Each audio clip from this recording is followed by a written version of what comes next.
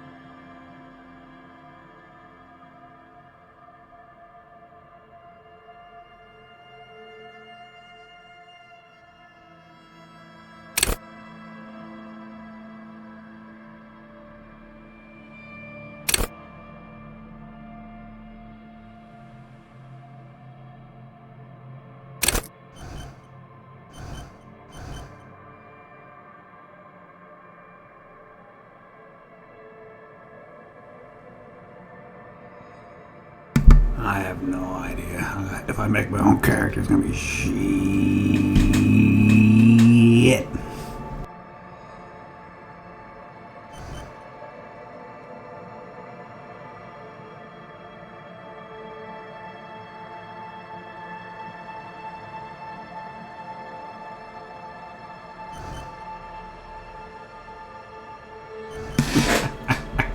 Oh no.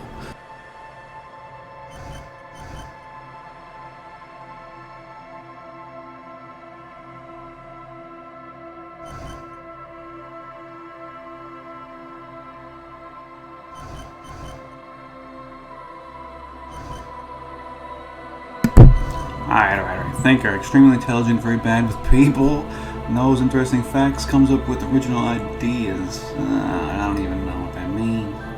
Sensitive. Likes having his fingers in his tie. Very psychological. Like magnetic personality, but unstable. Might begin to lose his mind. Sounds good. Physical, extremely physical, interacts with the world through his body. This big old brr. Gets things done, but dumb as rocks.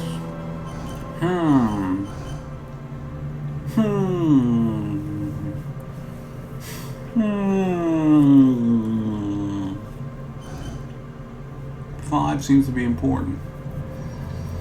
5 seems to be important. How come there is no 5 in this one, no? This one. Motoric. How well you move your body.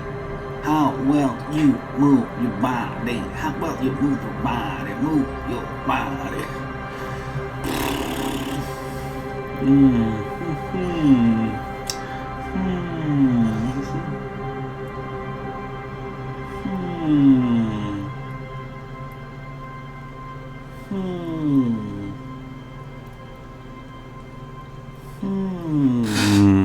Yes. Encyclopedia sounds like shit.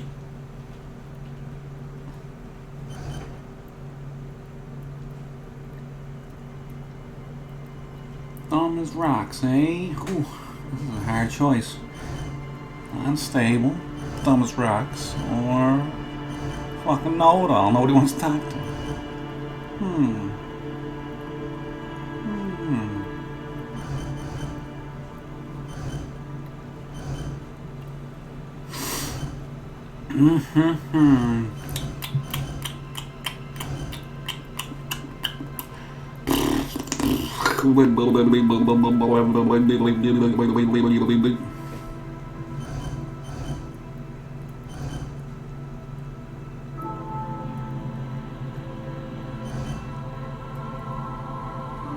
Dumb as rock. How come this guy's not dumb as rock?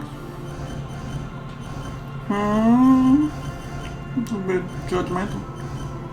Just because he's got psyche. Psyche!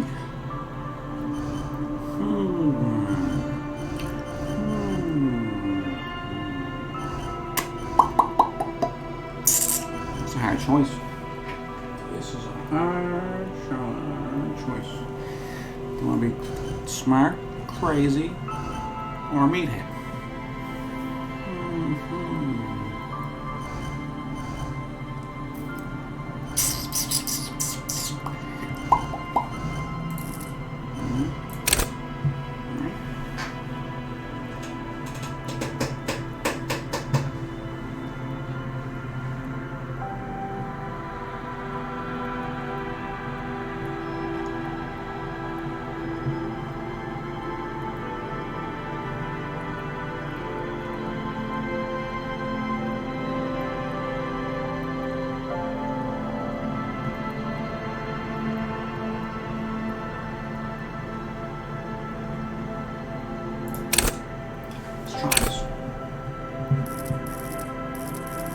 What?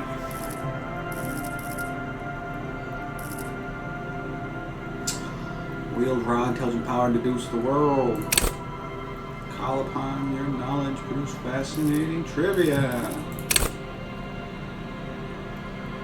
Practice the art of persuasion, enjoy rigorous intellectual discourse. Crazy, that looks cool. Drama. Conceptualization.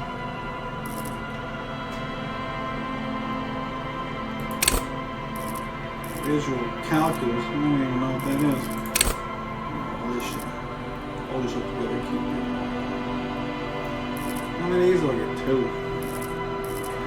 2. Elysium.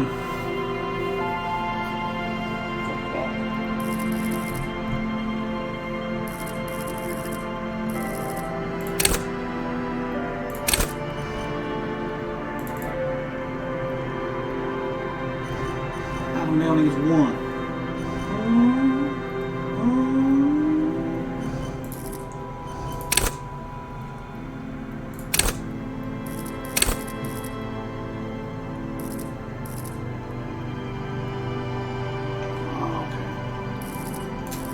Very important ones.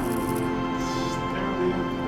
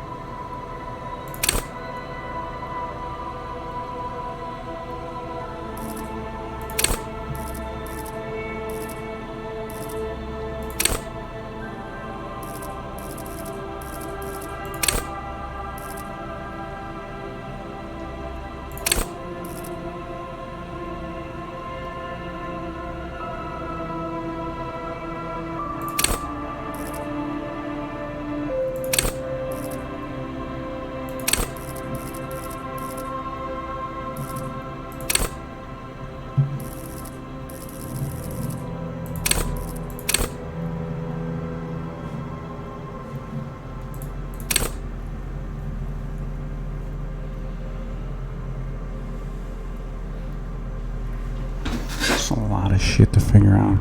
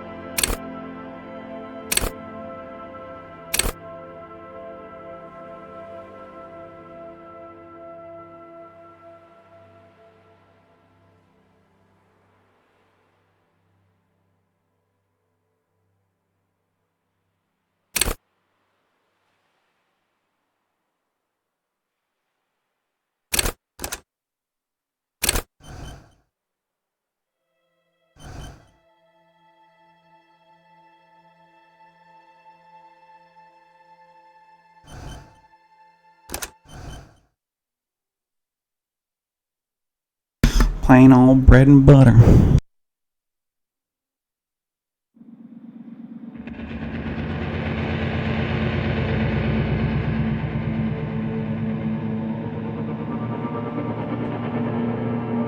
There is nothing.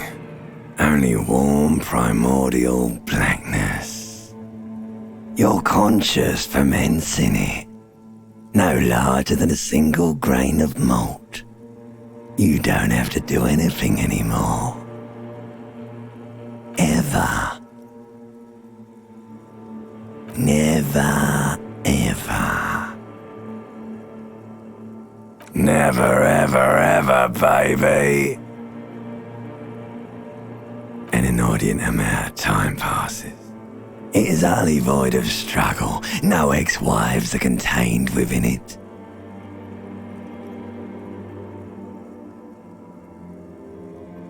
An awareness creeps up on you. A mass lies hidden in your dead angle, soaking in some lurid acidic source. It's bloated and shameful, a ball of meat surrounding you. This is a terrible line of questioning, and it will only lead to more awareness of the meat thing. Ex-love. Ex-tenderness. It is foolish of you to resurface to the loss. Not after all the damage you've suffered to get here. Some of it irreversible. Stay. Sail with me through the abyss of pelagic zone.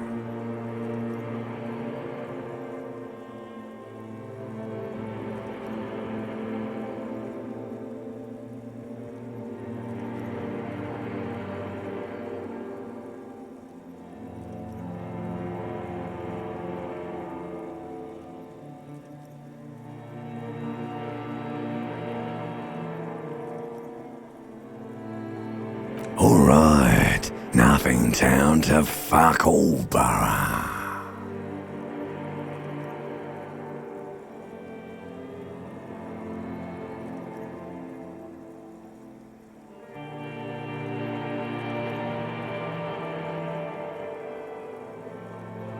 Great choice, Elder One. It has always been like this, and it always will.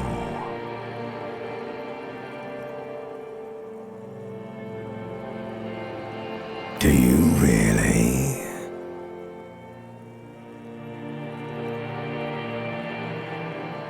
You wouldn't like it if I told you what was back there. Why'd you think you had to bludgeon yourself into oblivion? Or did you not sense yourself marinating? Poured so much on yourself, got a bit carried away, did we, Chef? Somewhere in the sore, bloated man-meat around you. A sensation. Like a fly to the ointment, your conscience sticks to it. The limbed and headed machine of pain and undignified suffering is firing up again. It wants to walk the desert. Hurting, longing, dancing to disco music.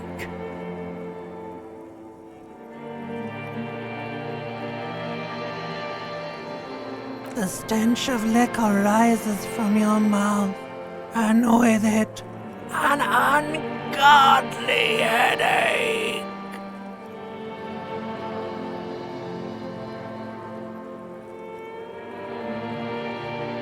A fiery streak penetrates your skull, trying to force your eyes open. It's a sound, a clarion call from hell. Somehow, you know what it is. A caprice can name a motor carriage.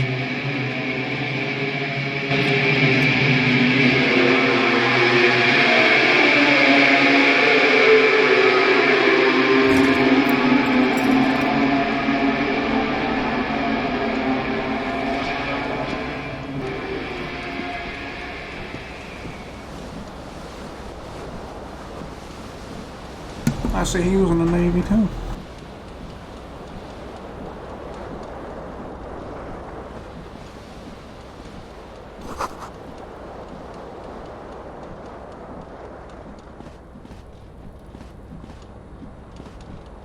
This fan has two chain pull switches. One ends in a tiny fan, the other in a light bulb. A truly horrific necktie has somehow attached itself to one of the blades.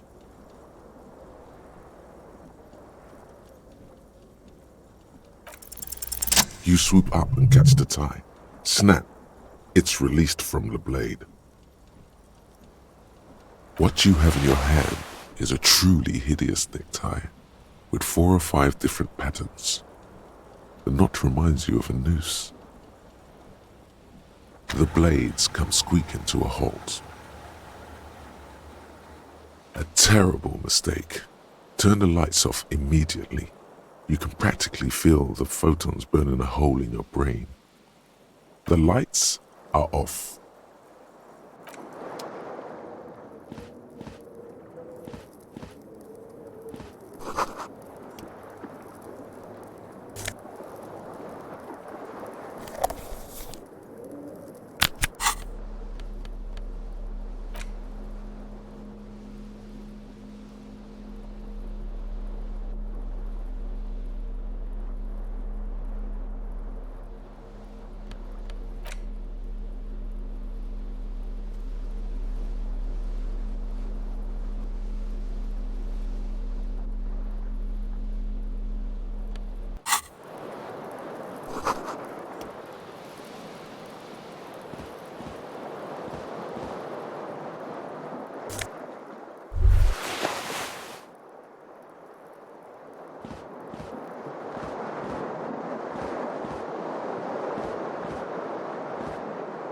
The window stands broken in its frame.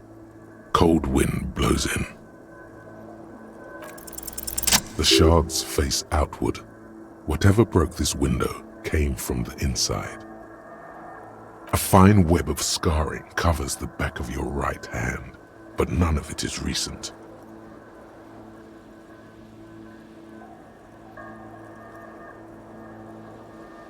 More likely a projectile than a held object. There are no fragments on the floor from pulling a tool back in after impact.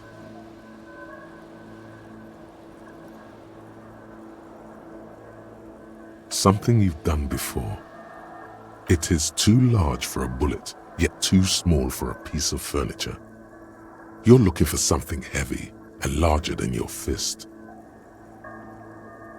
Like the green shoe that's on the hat rack in the corner, which, coincidentally, is missing its friend. Congratulations, you smashed the window with your own shoe. Now you only have one. If you're lucky, you can still find the other on the balcony outside. The door to it should be outside your room. You mean someone else took your shoe off and smashed the window with it? This person also forced the drinks on you. A cool wind gushes in. Your toes curl up from the cold.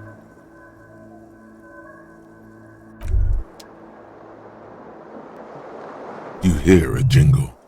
Keys are clinking in the pocket of your flare-cut pants. It says "whirling in rags" on the aluminium key ring. There is a single key on the ring. The number 1 is etched on it. It should. The Whirling in Rags is a hostel cafeteria on the urban coast, frequented by dock workers.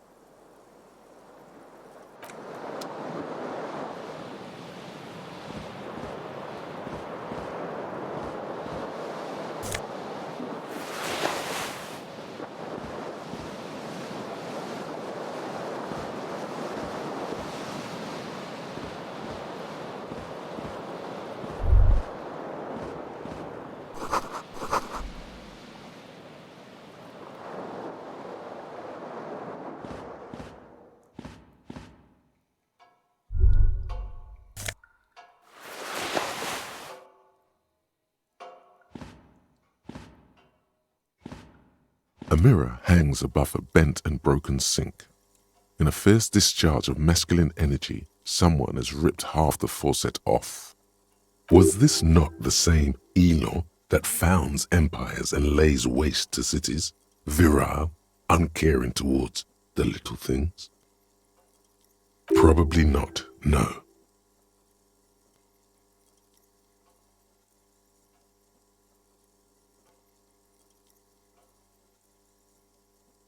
Hot water sprays from the faucet's base, and steam covers the mirror.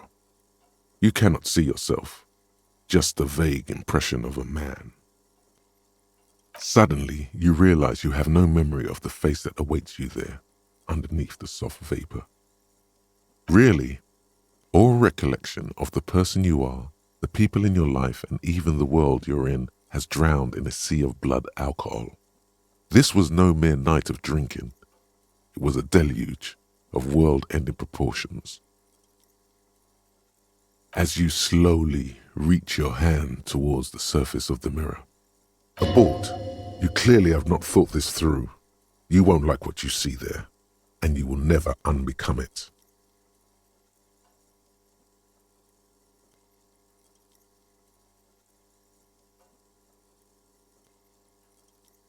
Behold.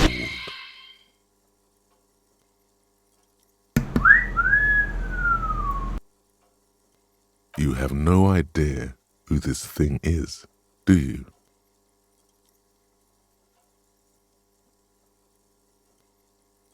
Too late. You clearly have rigor mortis on your face. Or wait, is that an expression? Are you trying to make an expression with that face? Why?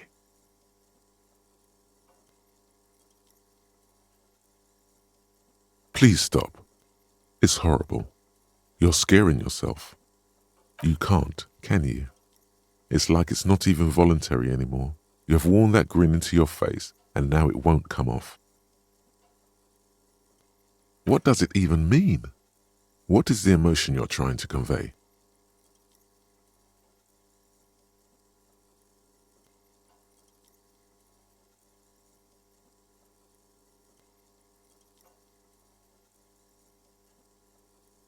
You are correct.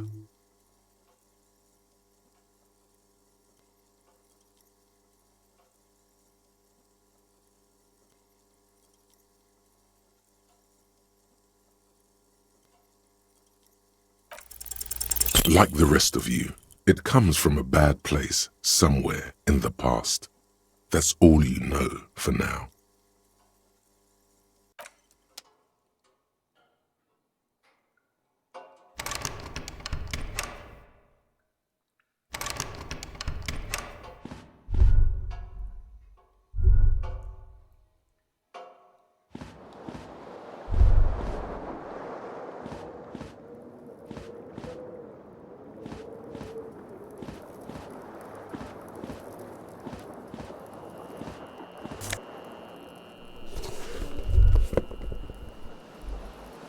One shows better emotion.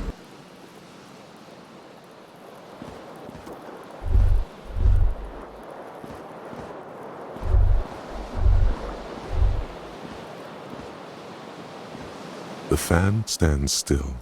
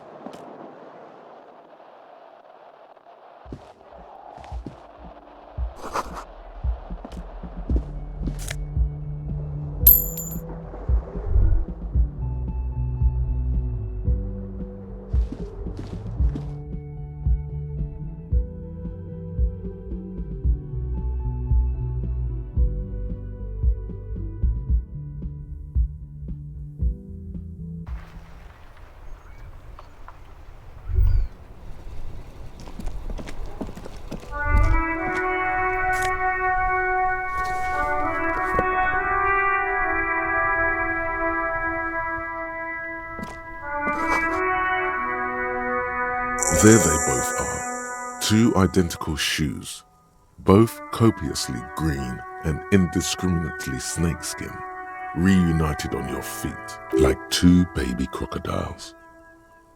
Good, they're balanced, comfy. Feels like the only good thing about you right now. True.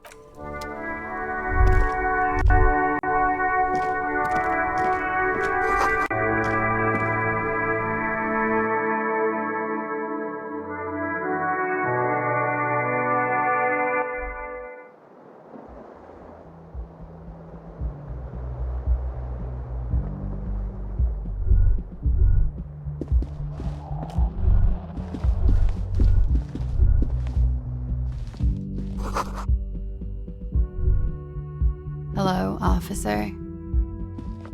The young woman raises a cigarette to her lips. Her eyes are brown and her face is speckled with birthmarks. She can't be more than 28. A silver jumpsuit falls off her like scale armor, sparkling. This is the sparkle of too many nights out on the city.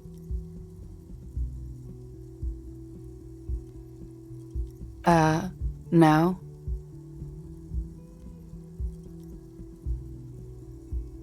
The young woman shakes her head slowly.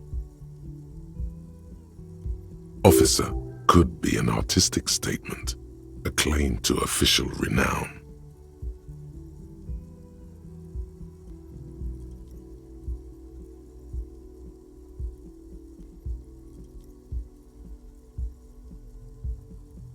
No. You're a police officer, sir.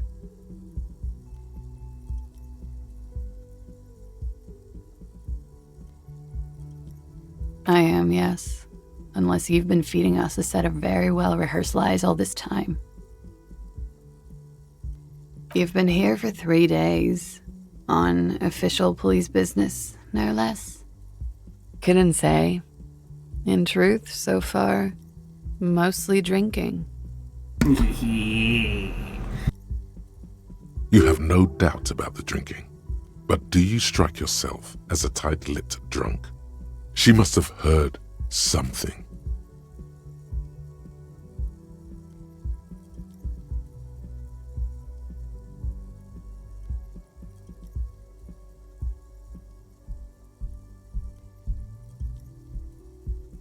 Don't be so harsh on yourself. They let almost anyone be a police officer. No comment.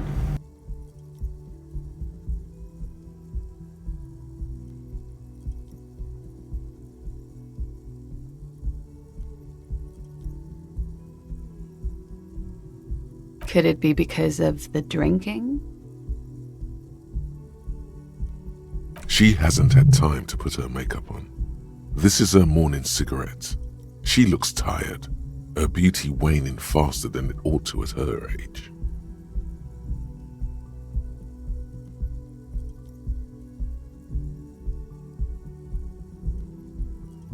She nods.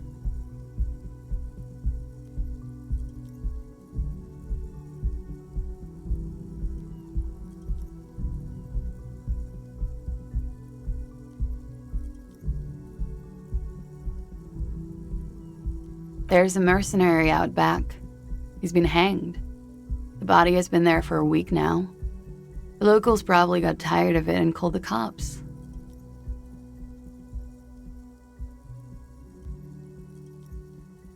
I didn't mean to overwhelm you with information. You seem a bit lost, officer.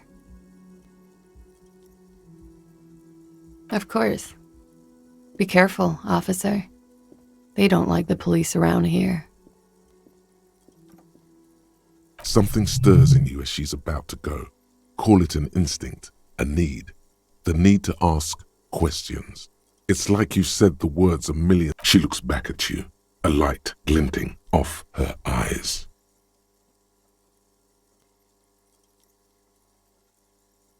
Yes.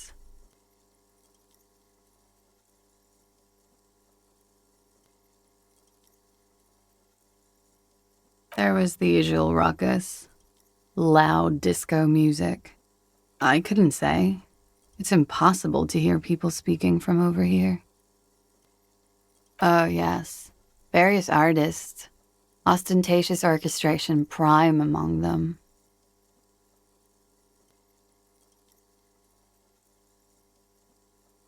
Oh, that. Yeah. Whoa. The less said about oh, the better.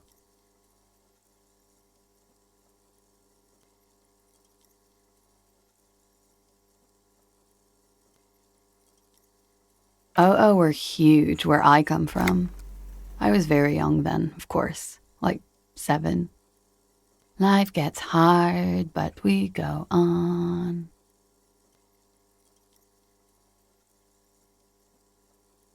I don't know about that. At around 2 o'clock, the disco stopped, and there was a change of pace. A slow, sad song started playing, like organ music on repeat. That went on for quite a while. Some of the time, you were yelling along to it. Yes, there was a church in there, a really small church, like the smallest, saddest church in the whole world. It was about that. And also, that it doesn't matter anymore and that we're alone now. It was difficult to tell. The song itself was very quiet and soft, but you sounded like a winded boar, sir. It was hard to understand what you were singing on top of it.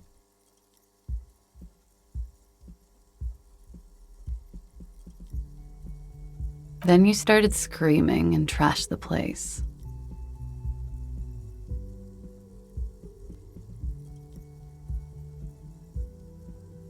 No, it didn't sound like there was a fight. It sounded like someone was trashing their room. A window was smashed. A tape player, probably. The song stopped. And furniture, too. A real destructathon. There was screaming. Then I think you passed out. There was. I think you screamed that you didn't want to be this type of animal anymore. I may have misheard, but it was sort of memorable. I went out afterwards. Everything was quiet by then, around 4 or 5. And that was it.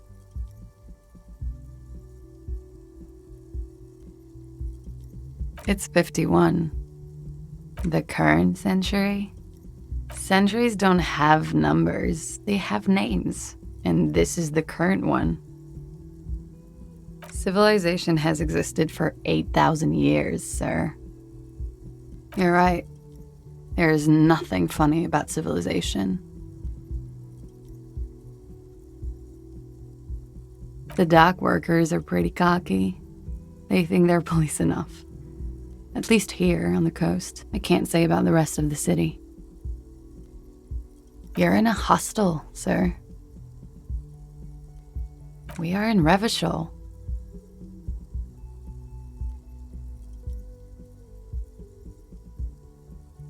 Revachol is the disgraced former capital of the world, divided into zones of control under foreign occupation. Half a century after a failed world revolution, she is central to our moment in time. You sure look like you're from Revachol. Revachol parties. Her accent suggests she is not from around here. She's from Aranier, another part of the world. Glad to have been of assistance.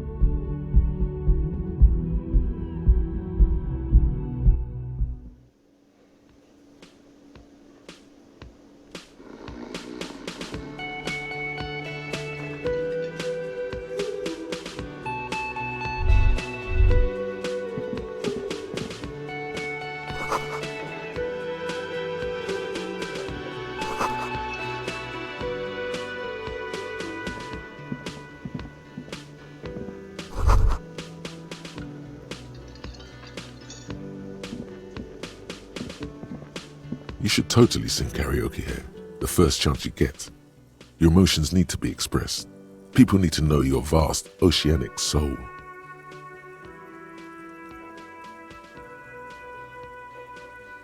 Of course, at this point, precise measurements of your soul can only be performed from the outside. It needs to be heard, through a PA system, by other people.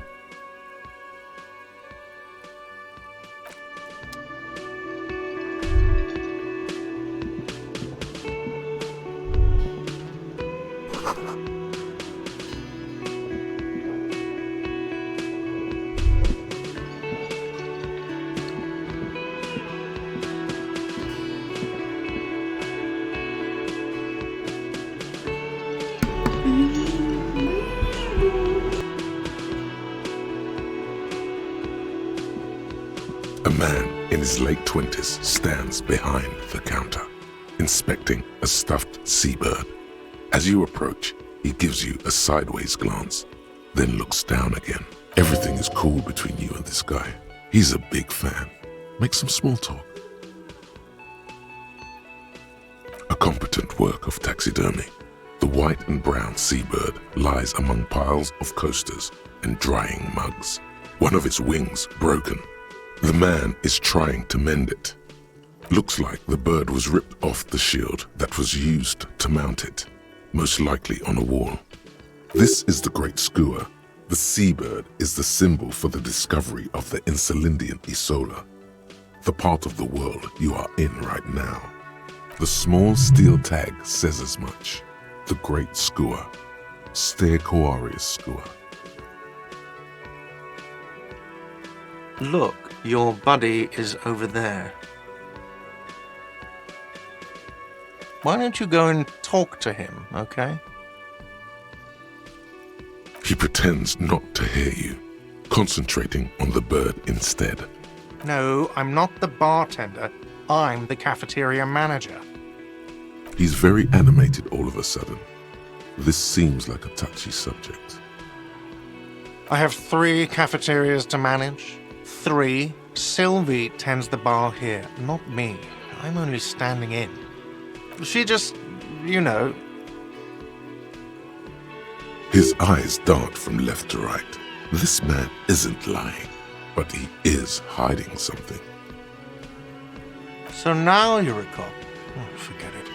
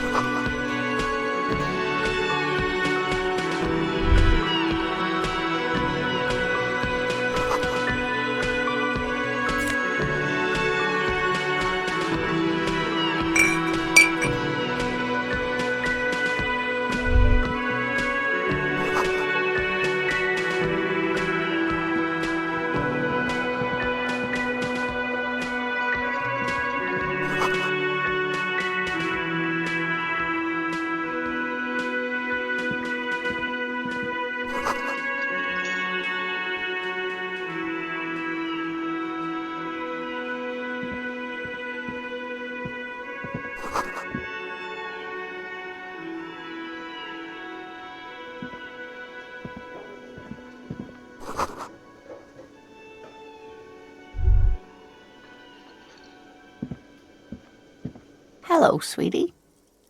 You shouldn't keep your colleague waiting.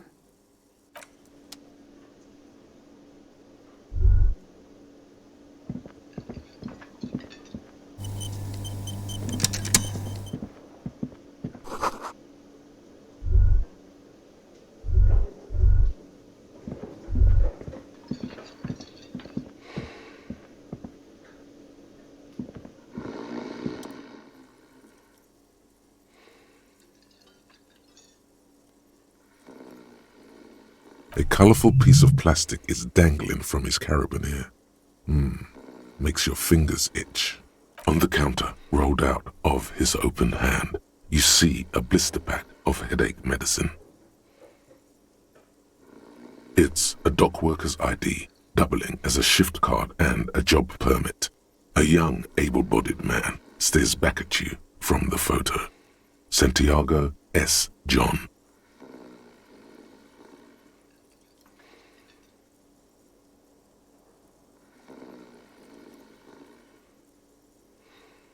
The man does not mind. You probably need them. You've just picked up some magnesium. This item is stored in the bottom left corner of the screen above your character portrait. Use magnesium to heal your morale if you have morale damage.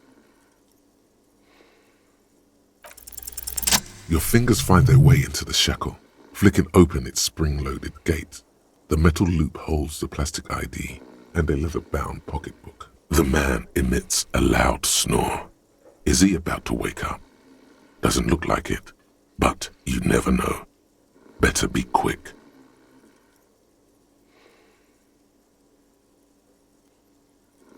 You slip the plastic ID card out of the loop and pocket it. Just for the record, you look nothing like the man on the document.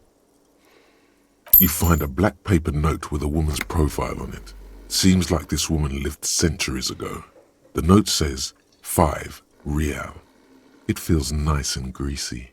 The sleeping dock worker has little to say about your...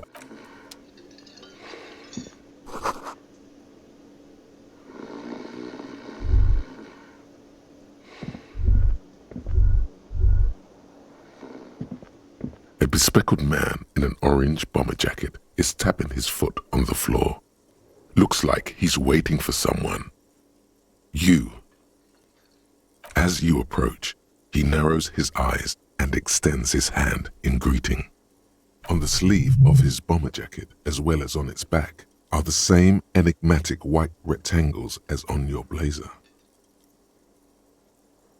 Hello, I'm Kim Kitsuragi, Lieutenant, Precinct 57. You must be from the 41st. You realize he is waiting for your name.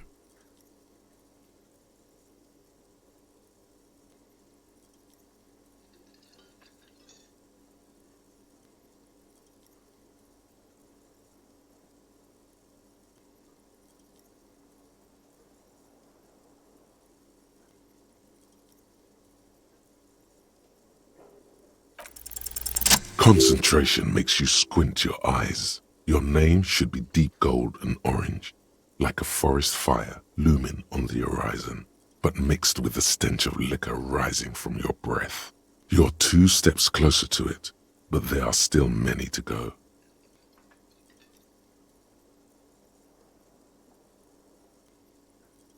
Okay then. It looks like we had a little scheduling error on Sunday. Saturday too, actually. Have you had time to talk to the manager here? What he means is, he has been trying to meet up with you for 2 days, but you have been otherwise occupied.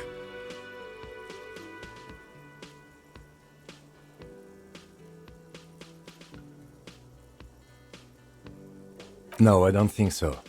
We should ask him for a rundown of the area, now that I'm here as well. I understand the scene is out back, right? It also wouldn't hurt to assure him the police are finally here. In full force, I mean. Have you mapped out the initial interviews? At the 57th, we like to prepare an initial list of persons of interest, and then just skim the surface. Prepare the field, get to know the players. You don't do that? Maybe it's not an inter-district practice.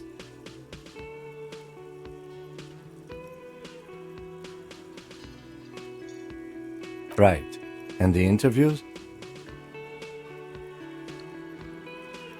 Okay, we'll have time for that after we take a look at the coroner's case. Have you removed the dead body from the tree?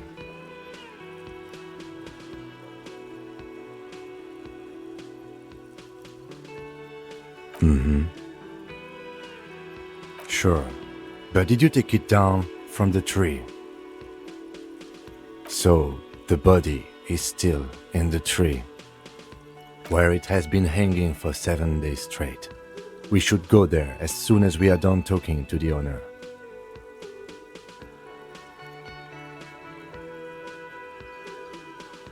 We all feel that way sometimes. There is no such thing as a police officer, I'm afraid. What remains is that there is a dead body in the tree. Someone has to figure out who put it there. If we don't, no one else will. And then, soon after, dead bodies would be dangling from all the trees. A bespectacled man in an orange bomber jacket has folded up his newspaper and is now tapping his foot on the floor. I was sent here to meet a detective from Precinct 41. You have the insignia of the Citizens Militia on your sleeve and on your back. I suppose you could be impersonating him. You could have gotten the insignia from the black market or forged it. But for now, I'm going to set those possibilities aside. I'm not from the Inspectorate General. Inspectorate General means internal affairs. What he's saying is he's not from the rat squad and isn't supposed to suspect such things. No need for derogatory terms. They're only doing their job. Yes. They're not just white rectangles. They bear a halogen watermark with the letters RCM and a pattern resembling the street grid of Revachol West. I would ask you to step into the headlights of my motor carriage, but again, it's none of my concern. I just need you to do your job. You mean you don't have a badge? Losing your identification card is a serious matter. My vehicle has a shortwave. You can use it to report your badge missing. I would advise you to locate it as quickly as possible. But getting the body down should still take precedence. I can see you drank last night and the night before, and that you are still drunk now. But I have seen officers go through worse. Much worse. If you need something for your headache, there is a general store nearby. But as I said, the dead body should be our #1 concern. Talk to the manager. Then we go out back and take the body down. After you, officer. Lieutenant Kitsuragi is now in your party. You can talk to him whenever by interacting with him. Yes? What do you want to know?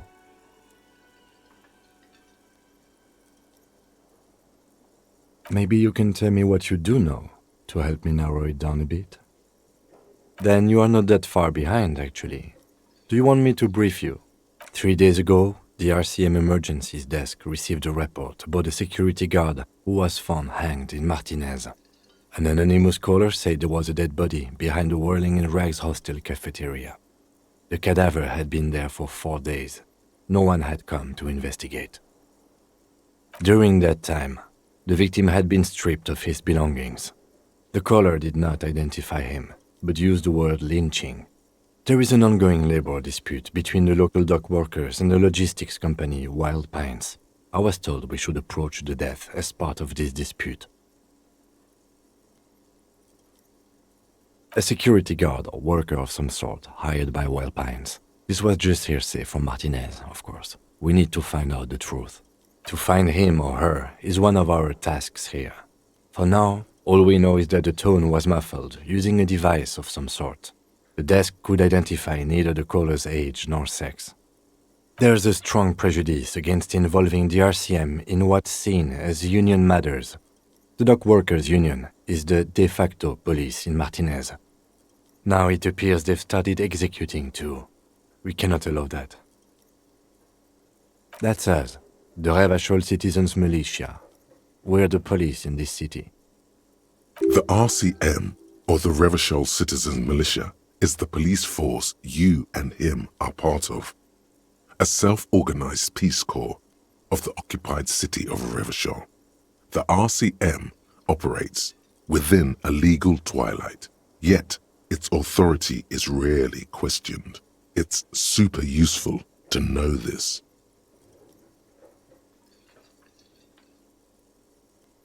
That's right.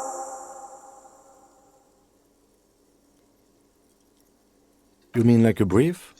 Do you want me to brief you again? There's no 3 days ago, the RC. During that time, the victim had been stripped of his belongings. The caller did not identify him, but used the word. Okay then. Was there anything else? No, it's not a particularly mysterious case.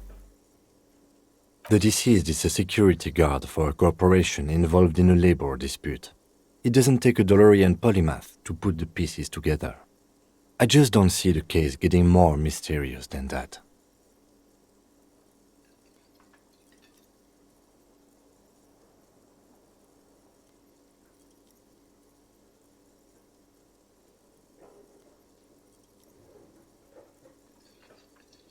Is that enough of a secret for you?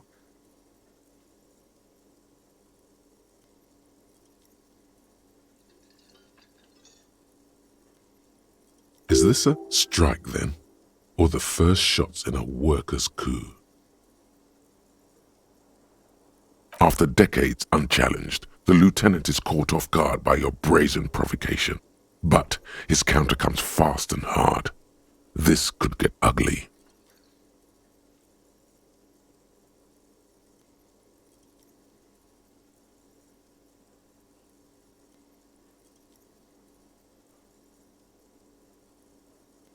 Strike, coup, revolution. It's brigandage, however you parse it. You feel something rising through you, a familiar feeling, an opinion taking form.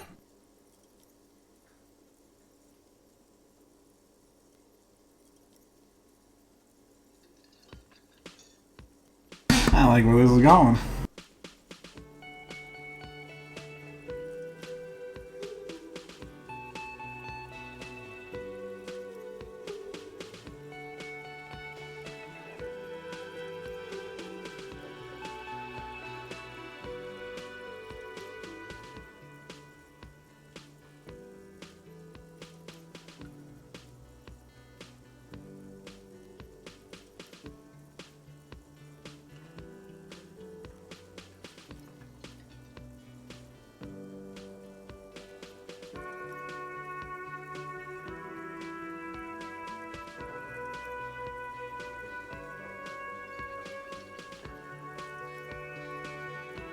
Yes, let's hurry now. I'm leaving on borrowed time.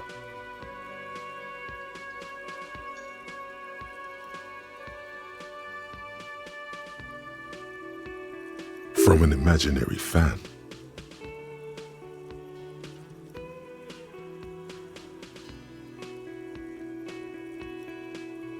Now, was there anything else you wanted to know about the case? I'm afraid you and I are pawns in a pissing competition. You don't know? I assumed you were in on it.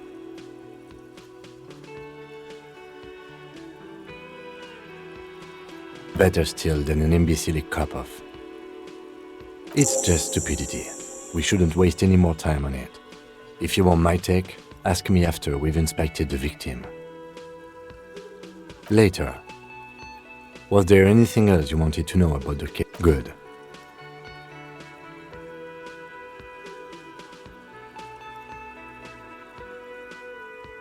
No response.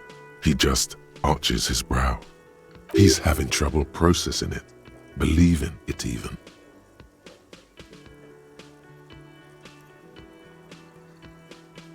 Have you tried concentrating on something other than your personal affairs?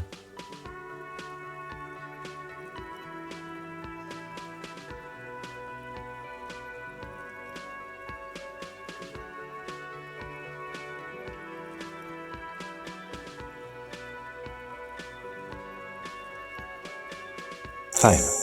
We should get through this day first. Off hours begin at 9 p.m. If you're still having trouble then, I can give you an orientation. Try work, the case at hand. It can work miracles. Not a fan. It's just the nature of lieutenancy. The RCM deploys a self-styled structure called the Decomptage as its chain of command. Every lieutenant is responsible for 2 sergeants and 8 officers. That means the average lieutenant has to deal with quite a few personal affairs. Even you know this. Really? You look fine to me. This psychodrama is unbecoming of an officer. Clearly, he prefers to think you're malingering. He cannot fathom that anyone could drink so much as to retroactively erase their entire life. Then you should consider seeking medical attention. You can use the radio in my kinema to call your station's Lazareth. Was there anything else you wanted? What do you want to know? Good. Me? I don't see how my life is pertinent to the investigation. That's a fair point. All right, for the good of the investigation, what do you want to know? That's correct. You feel a slight urge to put the lieutenant down for this, but you can't quite muster enough testosterone.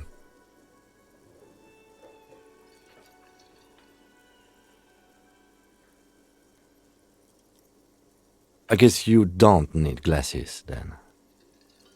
That's because I'm half Seolite, or quarter. My father's father was from Seoul. So was my grandmother, but from my mother's side. It's not an interesting topic. It's a part of the world, officer. A geopolitical entity and a geographic division. I told you it wouldn't be interesting. Seoul is a protectionist, isolationist, pan-Isolari state west of the Insulindian Isola. Actually, it's quite interesting. Some would even say mysterious.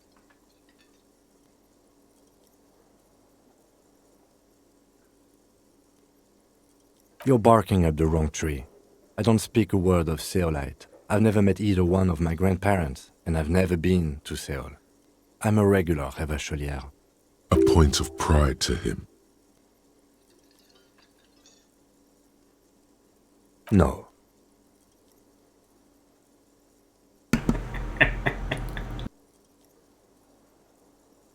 Your brain sends the signal to your lips, but they refuse the order. Something is paralyzing them. You're pretty sure it has something. It's like you're locked down. Something the matter, detective? What's going on? It's like you're a puppet in his hands.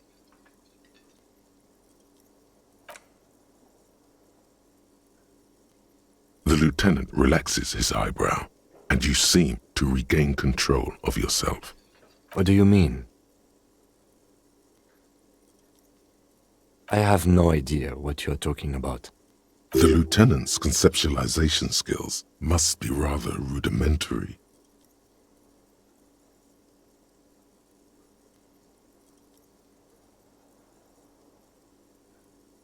I can't say that it does, no. When I need to think, I just use my notebook. The lieutenant produces his small blue notebook, and we all have our different mediums. His is written. Good. Let's change the subject. Excuse me?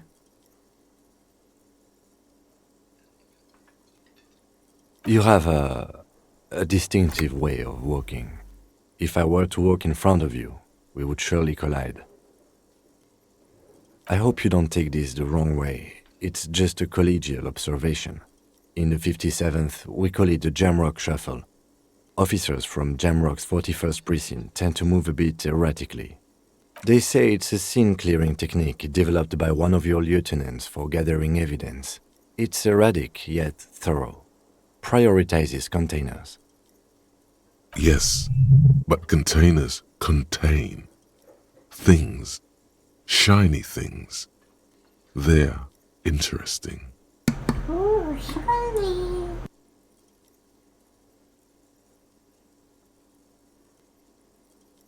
I don't know. Containers contain, I guess. I'm making assumptions. We should move on. Excuse me? You have I hope you don't take this. They say it's a... Yes, but containers contain. I'm sure you don't. It's just a stupid interdepartmental thing. I'm making assumptions. We should move on. Yes? The theme on that pinball machine is a standard royalist theme, used on everything from pinball cabinets to full-flavor cigarettes. Clinging to a picture book version of the past century, waiting for the king to come back and cast out all the profiteers and homosexuals. Basically, imagine a yellow plastic crown with a liquor brand emblazoned on it.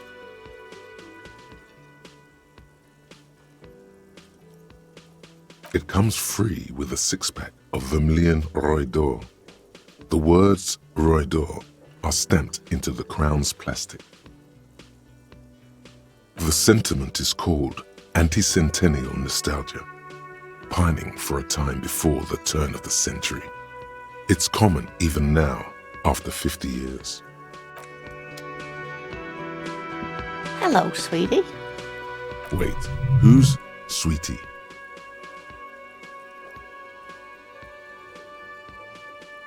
Why, you are, officer. You're a handsome man, officer, with your mustache and your chiseled jaw and that silly dimple on your chin.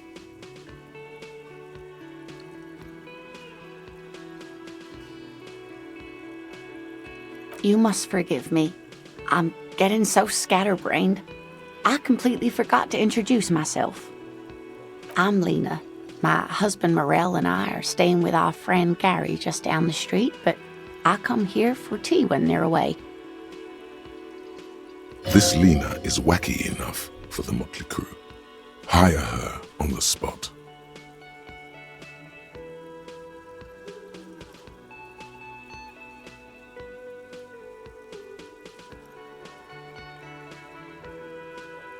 Whatever do you mean?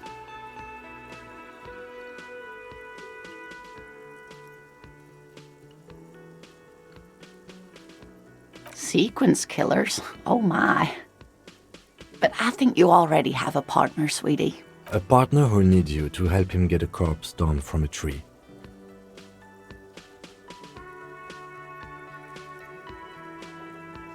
I can assure you with absolute certainty, there are no sequence killings taking place in Martinez. Now, gentlemen, no need to squabble.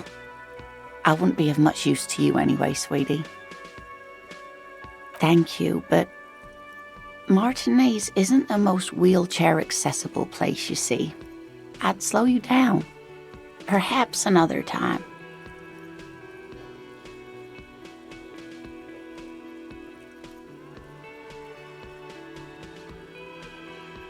Yes, officer. You look rather dazed. Like a stunned fox.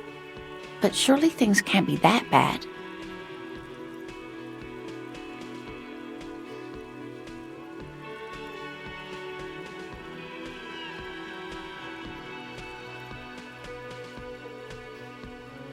Oh my. You know where we are, right?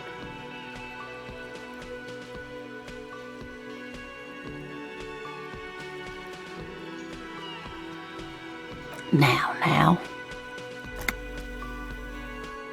We are live in a hostel called the Whirling in Rags, and the Whirling itself is in the city of Revachol. How would I even begin to tell you? Revachol is the most beautiful city in the world. We're fortunate to be here, you and I.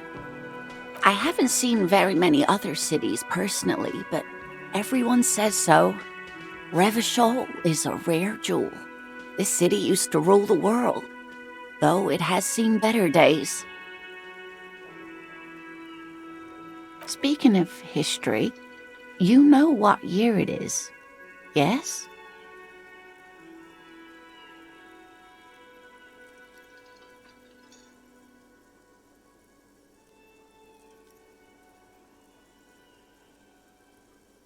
You're joking. Try again, one more time. What year is it? There.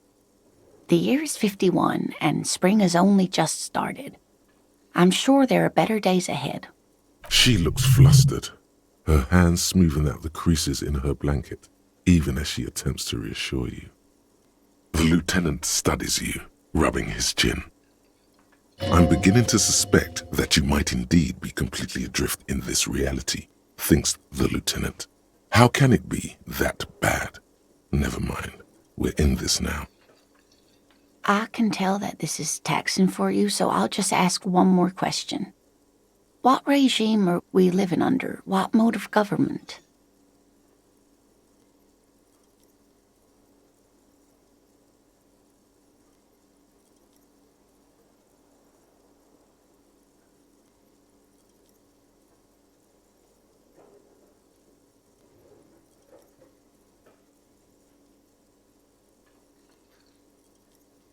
Nope, sadly not.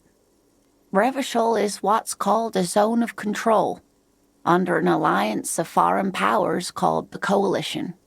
We have no government of our own, and what democracy we have is market-driven. Meaning, buying is voting. Oh dear, this is troubling.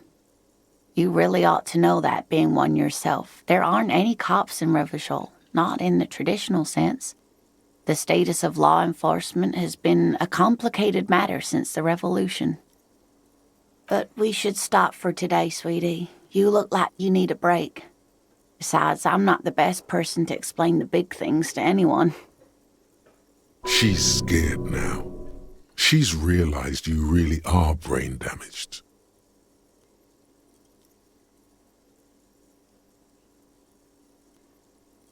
You didn't do too well, dear. It does look like you're having trouble remembering things. History and places. Remembering reality, in a word. It's very odd. A sigh. The lieutenant buries his nose in his notebook. But maybe a fresh set of eyes is what the world needs, and while I'm no doctor, such bouts of amnesia are often temporary, so I wouldn't worry too much. A defeat, I'm afraid. The people of this archipelago tried to build something new, something different. The rest of the world didn't like it, so they came and ended it. This was 42 years ago. It has something to do with everything. I really don't know how to explain it better. Someone more educated in sweeping matters. Maybe you should ask.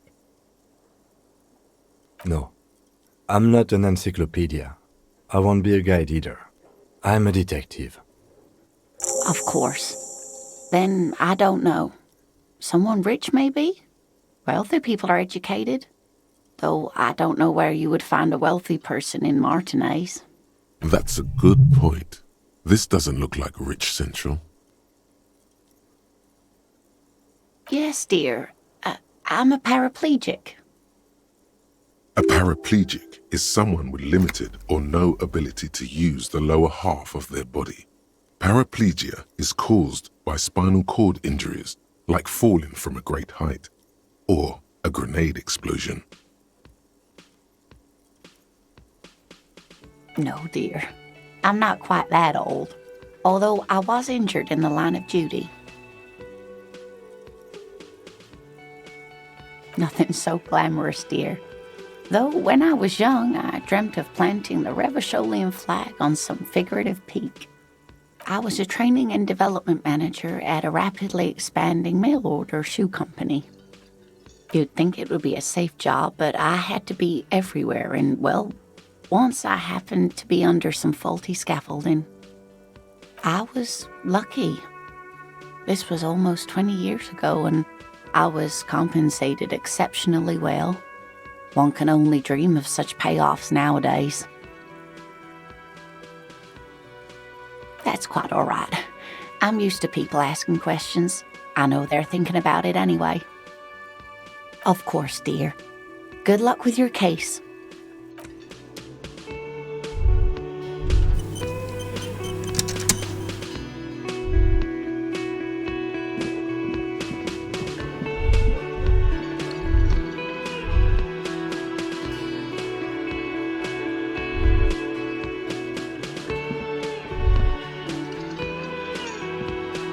The man with the unimpressive beard notices you approaching.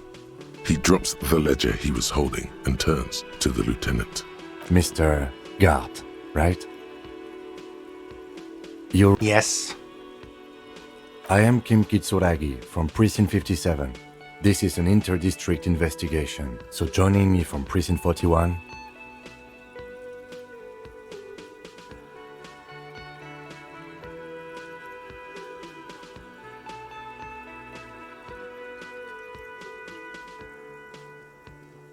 Are you kidding me? It's you. It's obviously you. You smell like liquor. And you're orange. See? Everyone agrees it's your color scheme. We're on the right track with this name thing.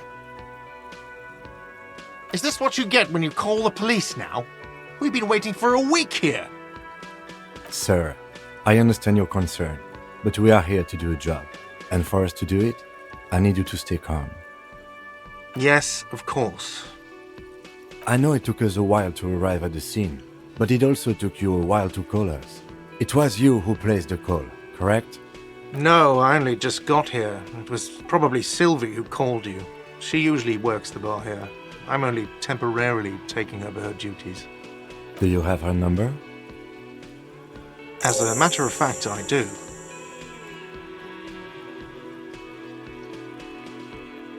This sounds like something you can use to call this Sylvie later. You said you just got here. From where? Are you a local?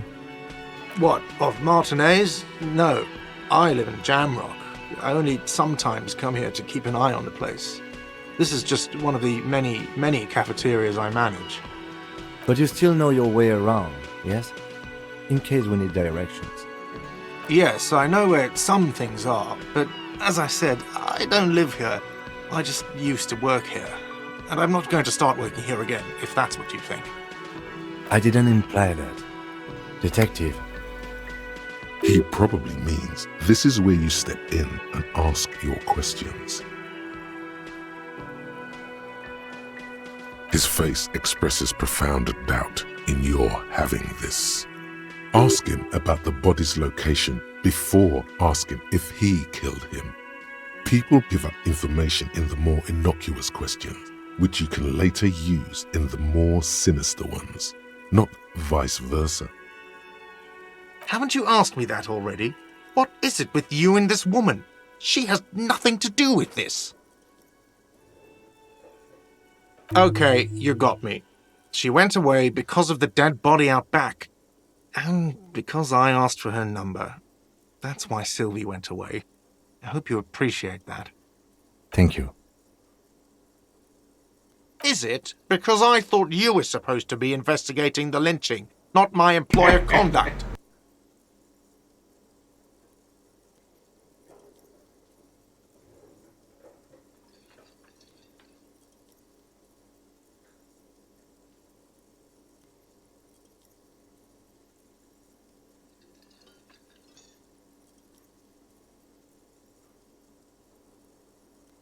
Good for you. Was there something else? I'd like to get back to what I was doing. Behind this building, there's a courtyard. They hoisted him up on a tree there. That's easy. See that door there? First you exit through that. Then, to your right, you should see a big hole in the fence. A really big one. You can get to the courtyard through there. No need for the keys. The hole is big enough for the Franco-Nigerian cavalry to fit through. This man means the heavy cavalry of the innocents Franco-Negro, sweeping over the plains and nations of the enemies of mankind. 5th century style. Unified currency and the concept of cool came in their wake. They wore lamella and carried guns. But first and foremost, Franco-Nigerian heavy cavalry was really, really wide. That hole in the fence must be enormous. I don't know who killed him. I'm not the... This is it. He said they hoisted him up on a tree. Who is this they, if he doesn't know? Oh, people are saying it was the union dock workers, that it was a lynching. The locals, the customers, the people who eat here, a lot of dock workers eat here. Sylvie told me everyone knows the dog workers did it. Did the debarders themselves tell her this, or is it a rumor? I don't really know. You'll have to ask her. I would suppose it's because they have nothing better to do. You mean the strike? Yes, the strike. The man they hanged was a security guard for the harbour company, I hear. A mercenary. The unionistas probably thought they'd send a message. What are you, crazy? Of course I didn't kill him!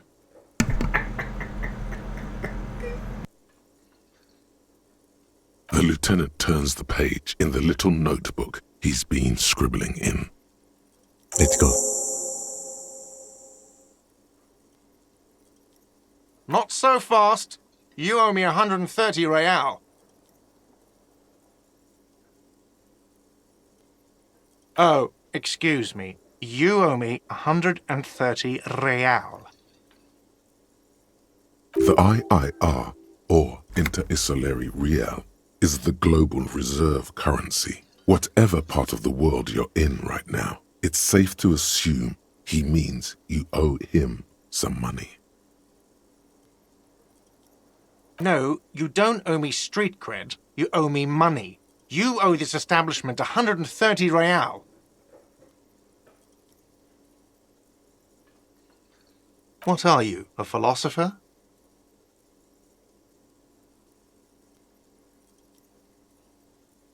Money is what grown-up people use to pay for things. Things like this hostel room or 8 bottles of potent blend and 9 packs of Royal Extra.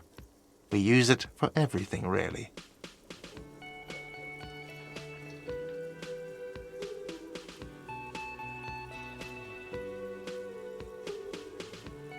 Are you serious? From your work? I don't know. You can take bribes, I guess. I'm sorry. I don't think cops can take bribes. Some do take recompense, but only to survive. For survival, to pay me. Unless you want to become a hobo. Do you want to become a hobo? There's nowhere else to stay in Martinez, and it's a cold spring outside. Money doesn't make you happy, but it lets you be unhappy for a while longer. If you run out of money, you die. It's like that for all of us. Me too. That's why I need you to pay me. I'm not an asshole. Yes, it is.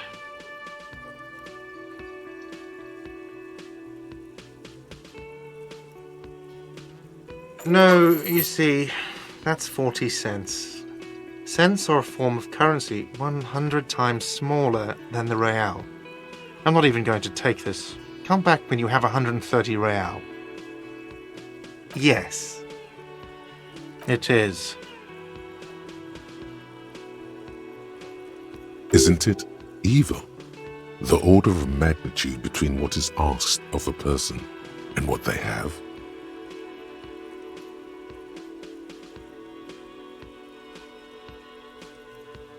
It does, doesn't it?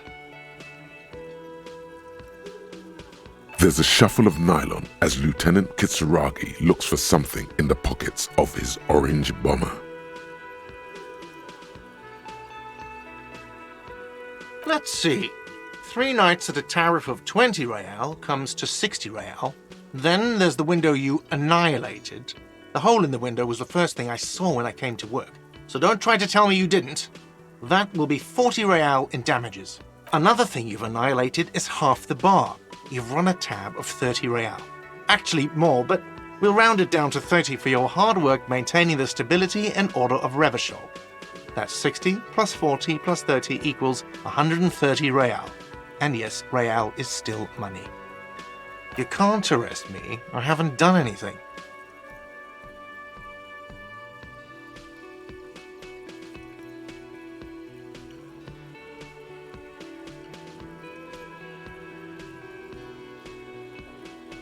I don't really need you to say anything. I just need the money. I'm sorry, but he has to pay. I can't let him stay here any longer if he doesn't. If he doesn't have the money by tonight, then...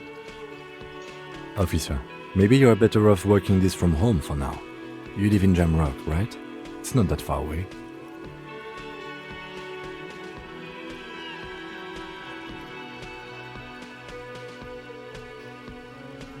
Officer, you really need to take this up with your station.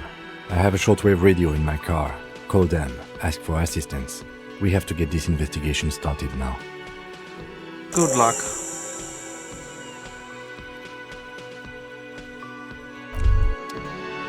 By the way, where is home? The address is coming up blank, and this place sure isn't it. But you've been at this hostel cafeteria for only 3 nights. Where were you before? You had to be somewhere. In time or space? That doesn't sound like somewhere you can stay if you run out of money.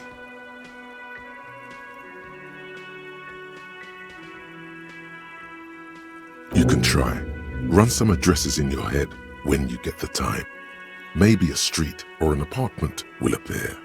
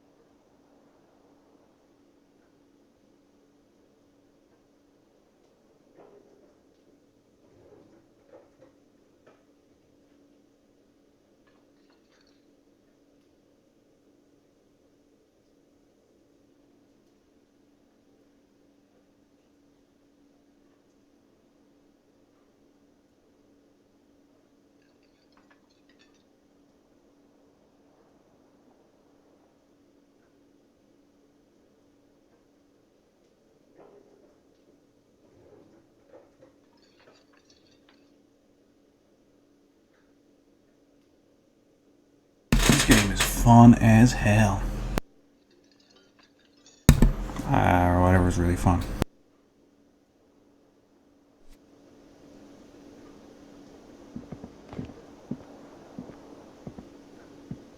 Yes?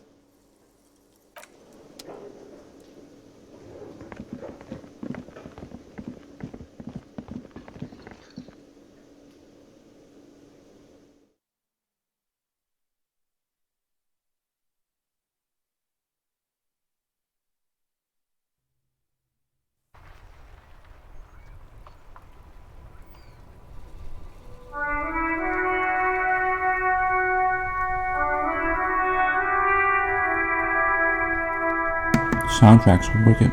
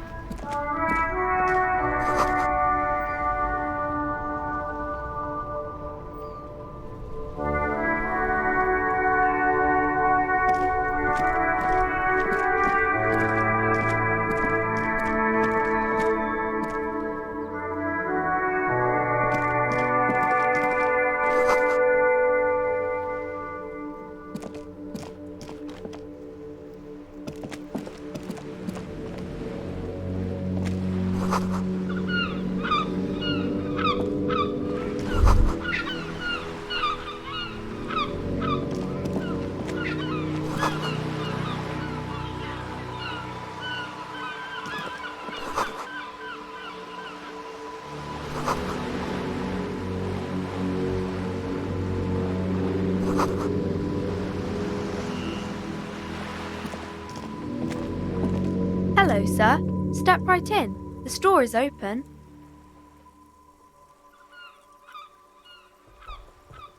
Are you interested in a new and exciting book?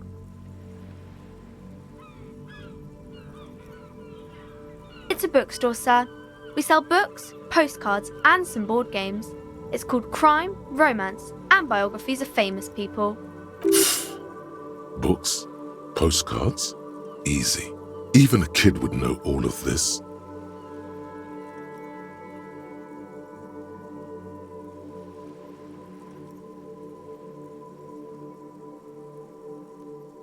Yes, that's exactly it.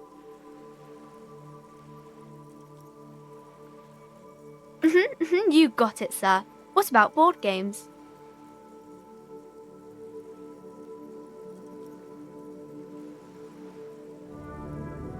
Okay, sir. This was all very enlightening. Can I help you with anything else? Okay, sir. I'll try to answer any questions you have.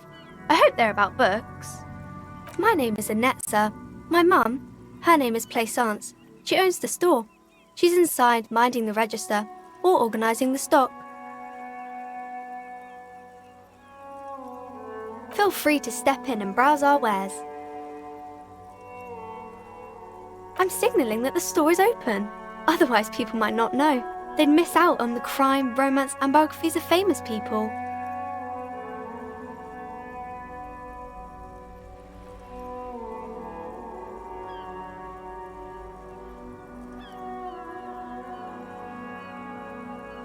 Thank you, sir. I'm happy to help Mum out with the store.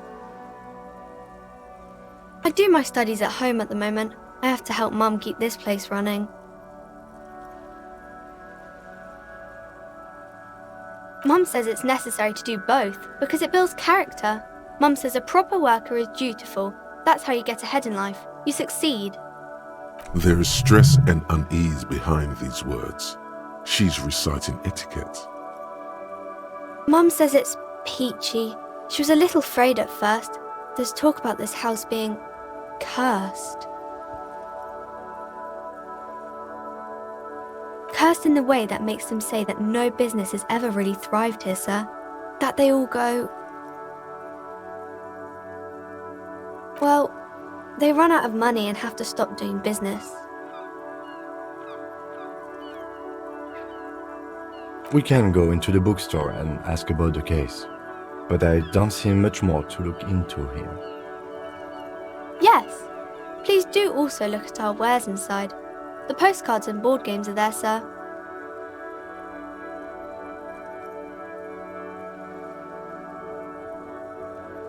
Nothing really, sir. Mum doesn't allow me to sneak around in the back rooms or the cellar. I don't really know what's there.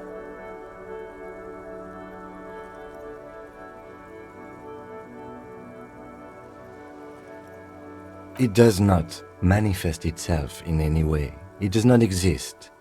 I liked it better when we were talking about whether it's appropriate to stand out in the freezing weather. No such thing. Anything else you wanted to talk about, sir? Maybe I can tell you about some of our books instead. Crime fiction is about murders or burglaries or things like that, and the work of a policeman or a private detective who's trying to solve a crime and catch the criminals.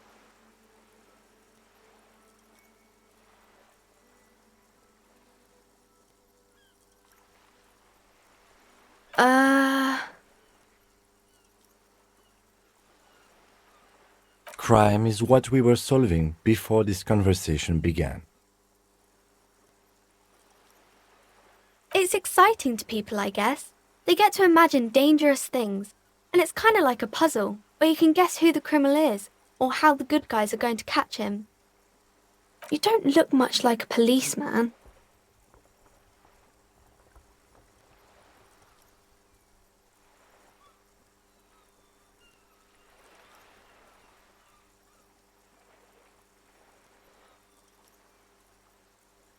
Didn't mean to offend, sir. Sorry, sir. It's just that you don't look like Dick Mullen.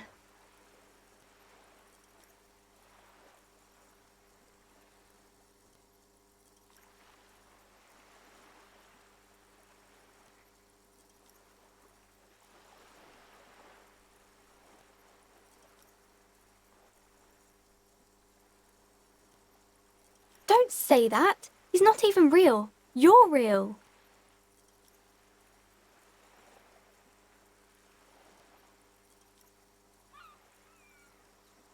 Cheer up, sir. No need to compare yourself to a fictional character. Maybe you can show me some real deductive police work, sir. Like in the books.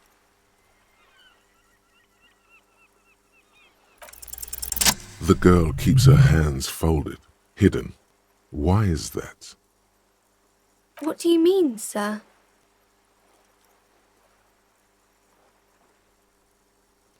She looks around anxiously. Her hands remain folded in front of her. She doesn't want to show them. The lieutenant stands by, looking at the two of you with little interest. She brings out her reddened hands, her nails frayed, nearly chewed down to the flesh. And you knew this from me keeping my hands folded?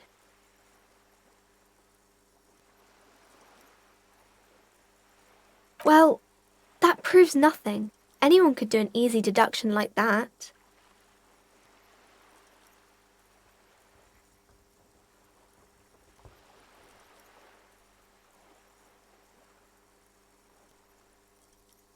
She nods, half provocative, half enthusiastic.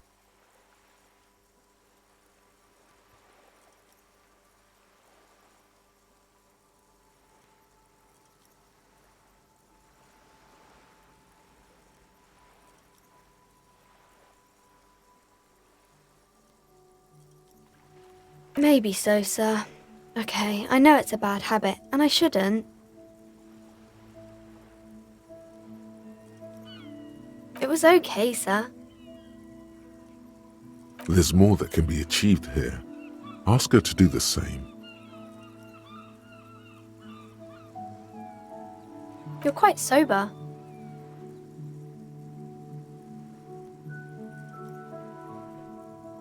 The lieutenant does not flinch at the comment. He does not flinch even a single bit.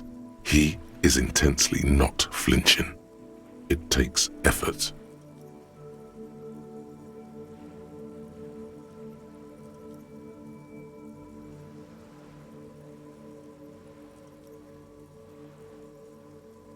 Because you usually aren't. I'm sorry, sir. I hope things get better soon. There she stands, swaying on her feet, assaulted by the early spring breeze. She smiles. There's something you're missing. Oh, kings and queens and generals of old, or artists and writers, or musicians, those kinds of people. There's usually something extraordinary about them. I think that's why people read them, to find the secrets of their fame. Seems like most people who read those books fail to get more famous from reading them. But it does make the famous people more famous.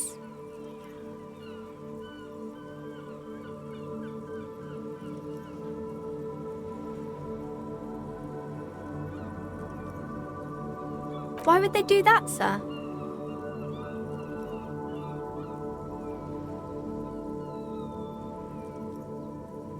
That's so cool. Maybe they'll make you a book cover picture and everything. Standing over a dead body, holding a gun.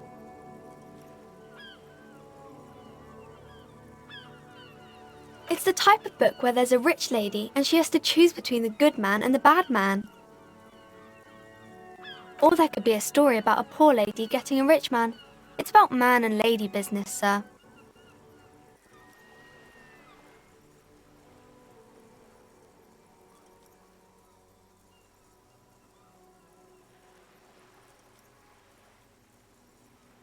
These are not very common.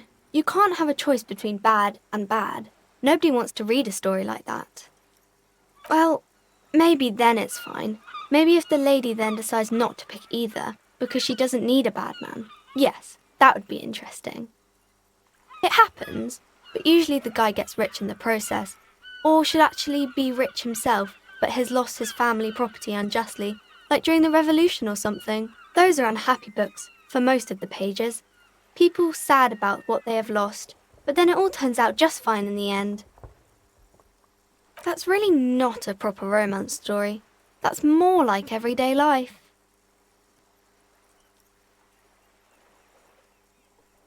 Not in romance books, sir. These are about nice and pretty people, and everyone is happy in the end.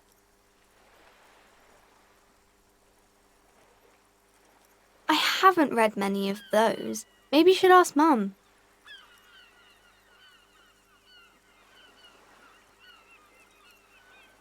I don't think it's a romance story if the main characters break up, though.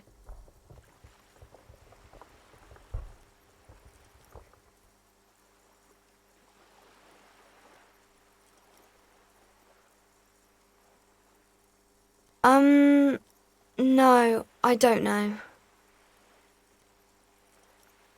Yes, she knows books. What was that? An idea for an unfinished novel stuck somewhere in your forebrain? Maybe some about other books?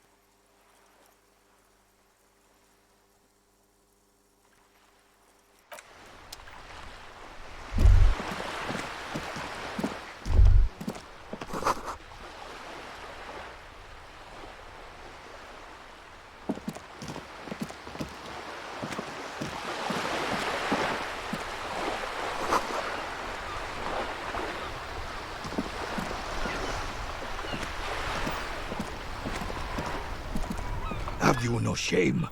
Whining about your back every time you bring out the measuring tape.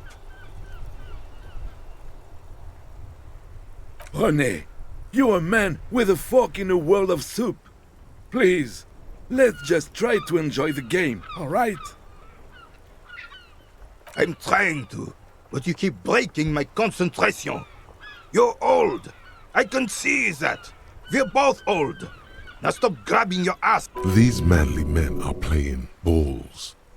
This is a ball game. Grab a ball and play it.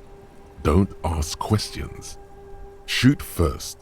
Ask questions never.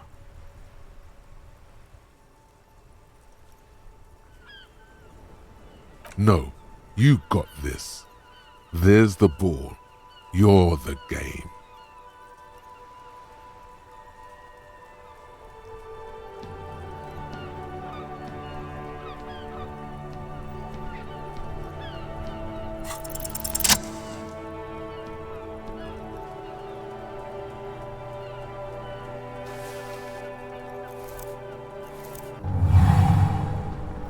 You are immediately surprised by the ball's lack of weight.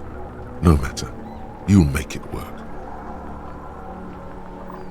The cold metal ball is surprisingly smooth against your neck. It has a pattern on it, probably a sponsored ball. Yours would only be covered with bumps of learning and scars of victory. Already your muscles are adjusting to the weight, the nervous system calibrating, until you and the ball have merged. A chilly breeze ruffles your hair as you stand there, feet firmly planted. All sounds, smells, even the wind, everything fades until the only thing left is the union of man and ball. An embodiment of pure motion, a fine-tuned locomotor running at maximum efficiency.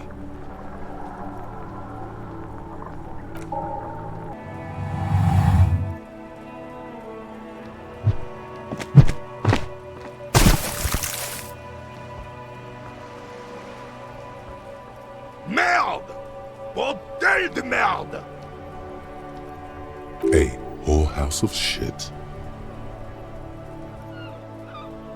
It wasn't whorehouse of shit.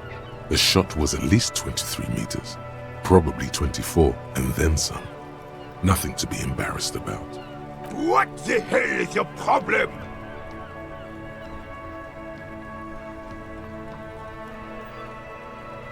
I don't care if you are a cop. You do not just ruin someone's game. It's so goddamn disrespectful. You vandalized our game, son. We can't play pétanque with 5 bull.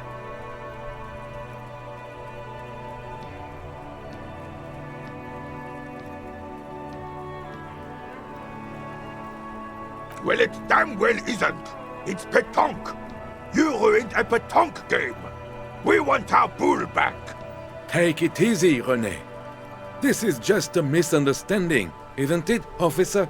No harm done. Of course there's harm done, you orange slug. You owe us a goddamn bull.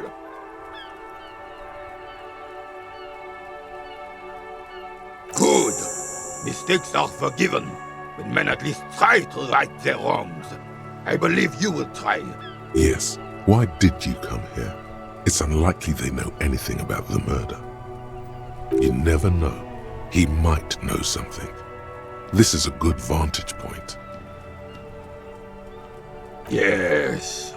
The terrain here provides an interesting variety to a familiar game. I do. Fire from heavy artillery. Why what? Because that's what happens when communards hijack your country, execute your supreme leadership, and turn your capital into a slaughterhouse. You use heavy ordnance to clean up your home. Commies, communists, socialists, anarchists, call them what you like. They just chose the name to feel special. Senseless sentimentality.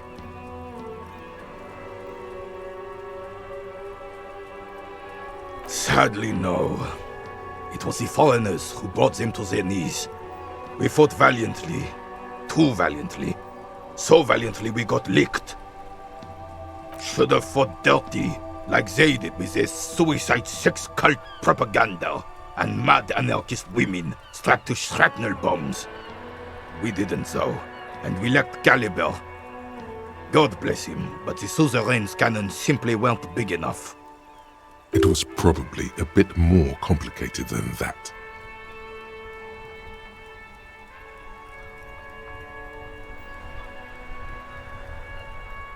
This place is a damn beachhead, son. They had to soften the commies up first.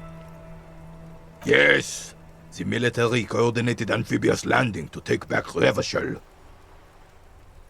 Martinez was used as one of the 3 footholds in Revachol during Operation Deathblow in 08. The other 2 are off in Stella Maris and the Delta. This here is Blood Ground, where coalition boots first made landfall and cleaned those rabid dogs out. Most likely, we're playing pétanque on their mangled corpses. Blood ground. You got old René going there. Like he isn't hungry enough already.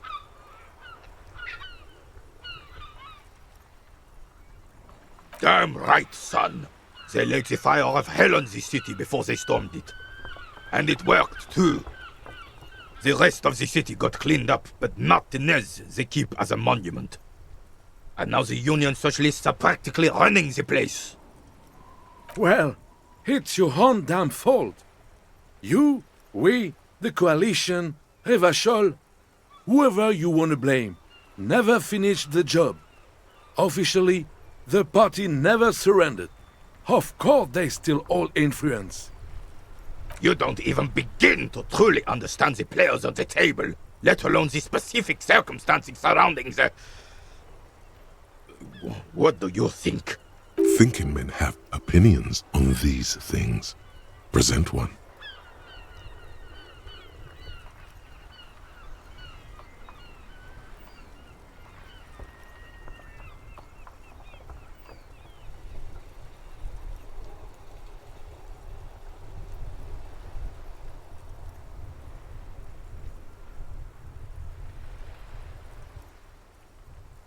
I'm sorry it had to be them.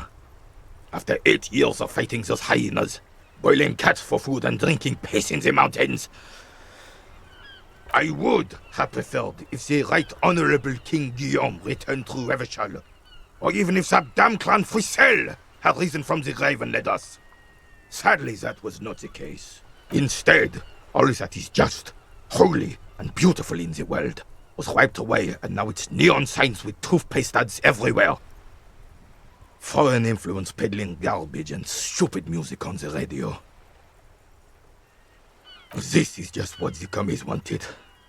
This was their plan all along. This is what they wanted to replace the role of the suzerain with. Damn Frisel. He was the king we couldn't protect. The Carabineers failed him, and the crown. He died in the hands of the Hyperlay, in a very public execution. He slouches as he says that. It makes him smaller, admitting they left the king to the mob.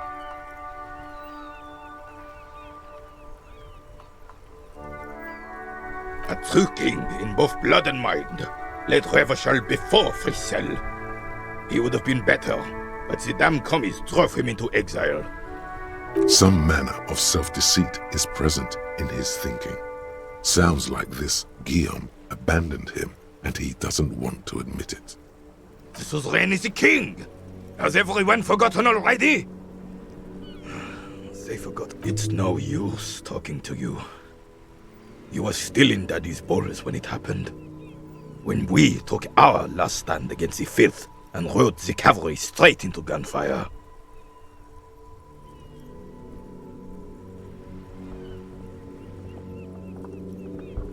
Unfortunately, I don't. Unlike most of the locals, I have no qualms about assisting law enforcement.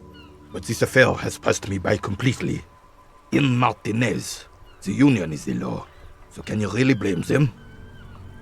Cop is a pejorative term. I don't have a problem with policemen. On the contrary, I admire the effort to bring order to our streets. He doesn't know about the crime. Your time is better spent discussing politics. I'm confident they are indispensable in regard to all the paperwork and other administrative duties.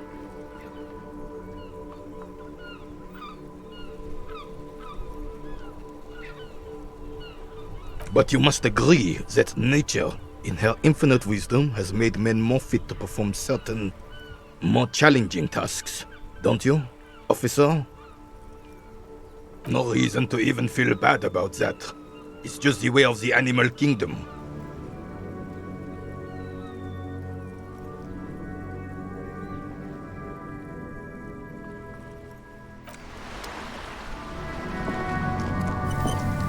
I have really outdone myself.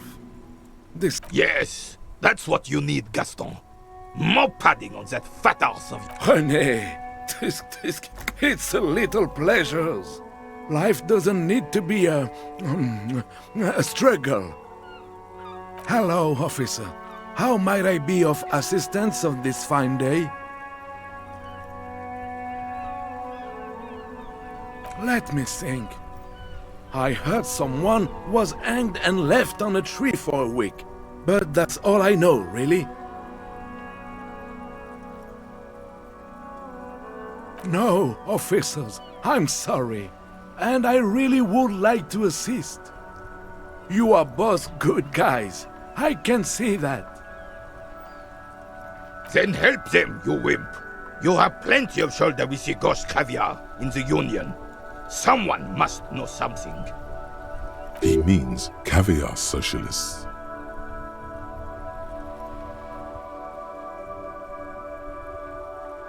I wish I could, but I just don't know anything.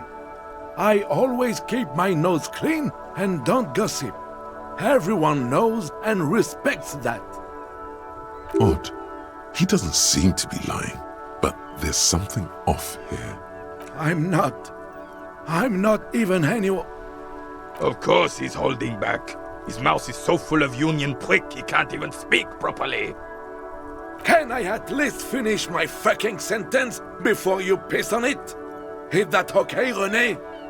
I'm not anyone important in the Union. I just know Evrard. Evrard Clare. Everyone in Martinez knows the Clare brothers. I taught these boys human studies and history in the gymnasium. What do you know about history? You never witnessed history. Only heard about it years later, when it had already moved on. You don't know history. The old soldier mumbles something under his breath and turns to face the sea.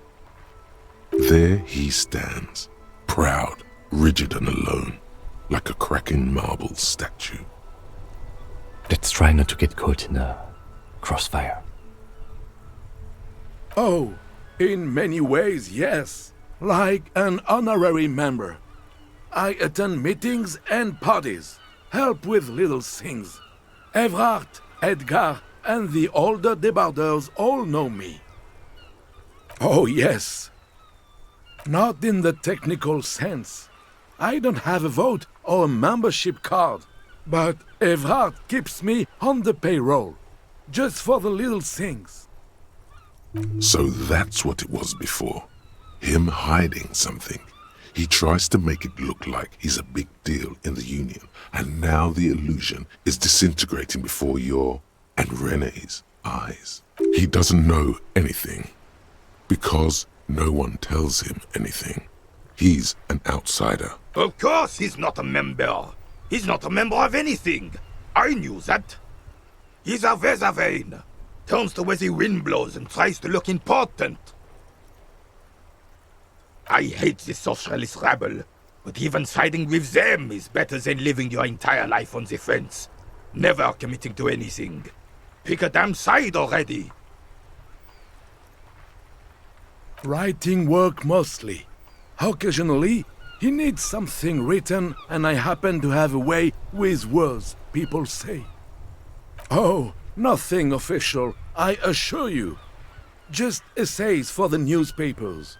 About Martinez and how things are and how they could be. Evrard and I had these long talks where...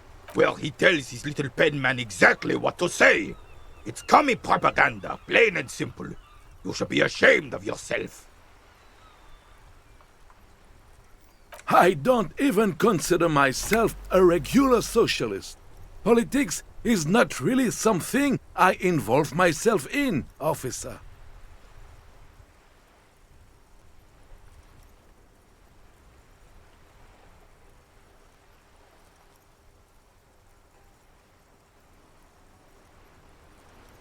Officer, I have a vivid imagination. And like I said, I have a way with words. That's enough. No need to sink into politics. He just fluffs it up. Of course. Don't sink into anything. Don't sink into any fight. Only sink into your couch. I prefer highly adaptable myself. Has a better ring to it don't you think? Mon Dieu. No, thank you. For being consummate professionals, you'll have this case wrapped up in no time. I'm sorry, officer, but I really don't share food. Nothing personal, it's just a principle. The only one you have. The sandwich looks like a culinary wonder. Well made and abundant in components. The author sure knew their craft. In addition to the obvious slice of ham, a fat one, you notice a brim of a tomato peeking from below. And is that mayonnaise? Believe me, officer, I wish I could help you, but I need this sandwich to keep my blood sugar stable. In my age, you need to pay attention to these things. Fuck off! It's mine! A glimmer of respect flashes in Rene's eyes. Sorry, officer. I'm sorry. I didn't mean it in a bad way. But the sandwich is mine. I'm not gonna share it. And it's gone. When the dissidents come to rape our country, he hides. But try to get a bite of his dear sandwich and he gets claws? You're a special kind of vermin, Gaston.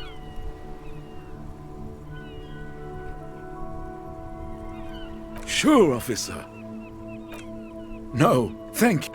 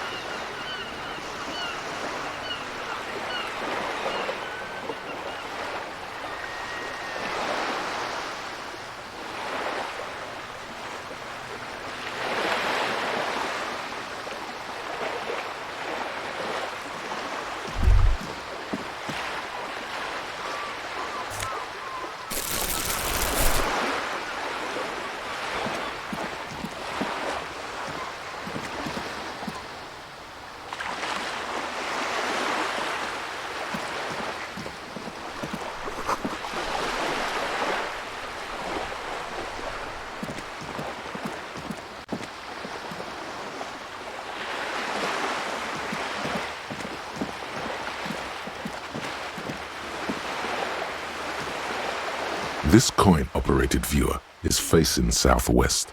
Its coin slot is full of fossilized bubblegum, rendering the machine permanently inaccessible. A thick layer of graffito covers the lenses. You spell out the word Onuk written on the other side, with N and C scribbled backwards. That's Kuno on the lens. Under the graffito, a sea of blues and greys appear. Behind the water lies a coast studded with concrete and reeds. On it, a church on stilts, lanky weather-worn wooden planks, an X-shaped cross topping its tower. You know this to be the star of Pericarnassus, or the Cairo, the central symbol of the Pericarnassian church, a star, a great moral height to be strived towards. Around the large wooden building you see chunks of sea ice gathered on the beach, and a small tent set up on the ice. The metal feels cold and wet under your palm. It looks unhygienic. The metal feels cold and wet. Probably some kids. A simple but clever solution to ruin in a coin-operated viewer. It took ingenuity.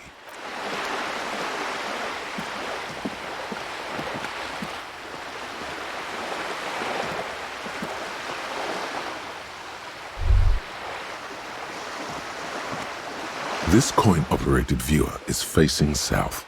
The instruction manual says to insert 25 centimes and pull the handle while looking inside. Why place a tourist attraction in the middle of such poverty?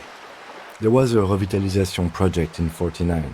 A design studio tried restoring Martinez to its pre-war glory. It didn't stick. They got as far as the street lamps and the statue on that intersection. Then something went sour. I suspect that something was Everard Clare, the union leader. He muscled them out. It's how it usually goes around here. We should have done something about the union 10 years ago. That ship has sailed, officer. Your money disappears into the coins. The curtains on the display open. You lean in to catch the view. It's blurry. Different blues and greens. The lenses shift. The ghost sharpens into an islet in the bay. In the ruins, a man-made structure is visible. A half-sunken sea fort. Its concrete almost reconquered by nature. It looks as if it was abandoned quite some time ago. Nothing but a rotten tooth remains of the anti-aircraft tower. A lonely birch tree grows out of it. Really? I don't have the eyesight to make it out. Really? I don't have the eyesight.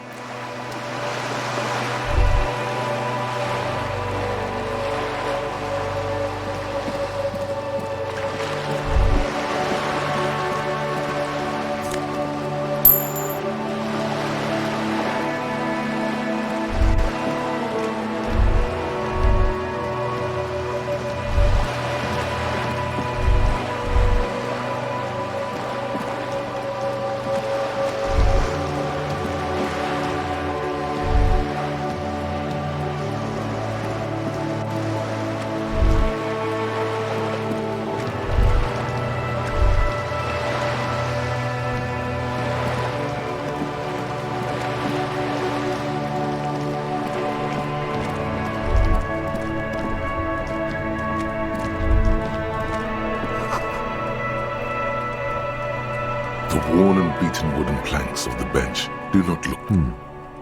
We can sit on benches after we've solved the murder. You can revisit the bench if you ever need to pass the time when Lieutenant Kitsuragi is gone.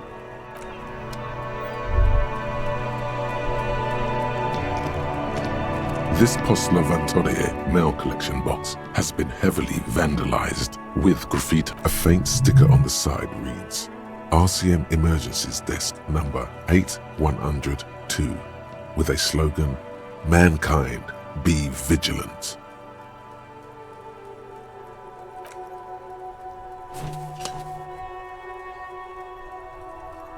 The box seems happy. Eat shit pig, fucked by the coon, and St. G with a crown have been scribbled on it. Jenny is a whore, and best set mailbox also.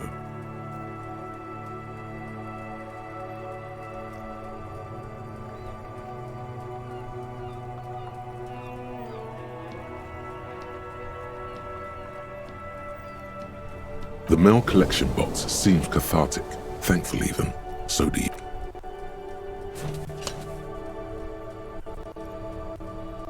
The box seems happy.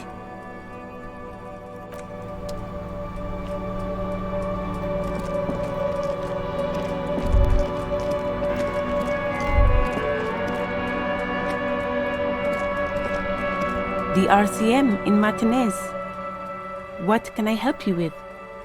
We don't see a lot of police around here, that's all. Of course. What can I help you with? Of course. Where to? Oh, that's right there, in the yard. Even all the way over here, there's a drop of death in the spring air. What do you mean? Yes, sir. District of Martinez. This intersection is called Roundabout North. He knows where we are. He just wants directions. There's the pier, the Cape Side apartment buildings, some more tenements. Not a lot, really. The harbor gates, some kind of commotion, I think. I don't follow the local politics. A fleet store, too. Some shops and a bridge. The canal bridge leads to the coast, but it's broken, I think. Some kind of accident, probably. Just coast. There's a little fishing village there, and a fish market. But that got closed down ages ago. It's just water. No, actually, I think they call it the Martinez Inlet. There are some islands in the bay, but they're hard to reach. No problem. Excuse me? Oh, well, I didn't write it there. I'm just sitting here. I don't know anything about that either. As I said, I didn't write it. Pig is a widely used term for members of the police. It's not loving. No need to worry. We are not saying you did. Okay. Well, I didn't. Me? I am just a gardener. I am working. I have a greenhouse in the yard there. I've been trying to get some work done. Well, as you already know, there's a corpse there, hanging from a tree. It smells pretty bad, so I have to take breaks. Don't worry, miss. We are here to clean it up. You can get to work soon. Thank you. My head is about to explode from all the salts I've had to inhale. Salts? Ammonium salts. Perhaps useful for later. Of course. I won't hold you back. If there's a corpse, then you're going to need those gloves for the autopsy.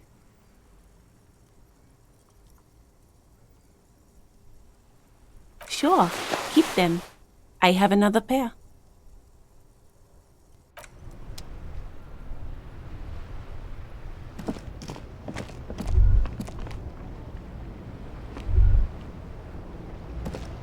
I am a gander and a hunter and a gatherer. Feel like a traveler.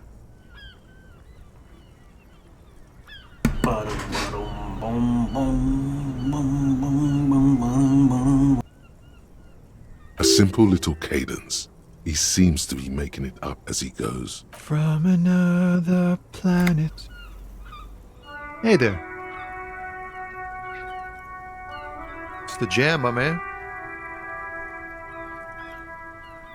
The air from the east is thick with the smell of crude oils, heavy metals and other byproducts of the modern era. It's a traffic jam for the ages. Harbor gates up the street are shut tight, no explanation given. Workers on strike, scabs agitating, an all-around clusterfuck. Meanwhile, we're all stuck here in long-haul limbo for days upon days upon days. Upon days.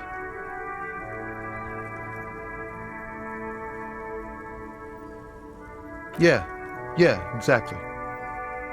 It's official. He too agrees. This is the antechamber of the afterlife. Feels like forever. Like I was born on this here roundabout and this was all I ever knew. Just me and the metal and the tires, the oil and the fumes of mazout. Mazout is an antiquated term for heavy fuel oils. This man has a barely suppressed performative streak. Or he just likes unusual words. Or both.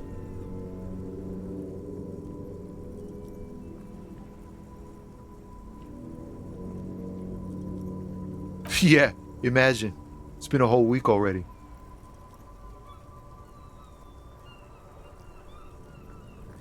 So tell me, what do you need?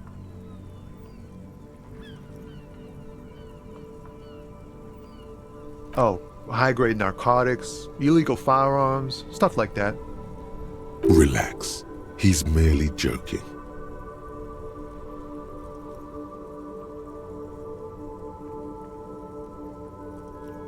Ha! No, I'm joking, my man. Found runs a nice, clean business. This haul of cargo is mostly sporting goods. You know, tracksuits and that kind of thing. They usually get shipped to Grodd in the Occident, though we've been making headway in the Ilmaran market lately. Not unless they've illegalized sports equipment while I was on the road. This rockin' beauty. Sure is, like a rash you can't get rid of. You interested in heavy-duty cargo machinery? A motor lorry, also called a camion, on Caillou and neighboring islands. This one looks roughed up enough to be some sort of found rust bucket. Maybe the A6? Good eye, my man. Yup, she's an old one, but reliable. Me and her spent a long time together. We're pals and all, but I can't just freely hand out the merchandise. The bosses won't be happy. The man taps his fingers rhythmically against his arm. It's like, whatever's going on over at the docks. Workers got a blockade set up, making demands, no way in or out. Going on strike would probably help you dodge a bullet or two.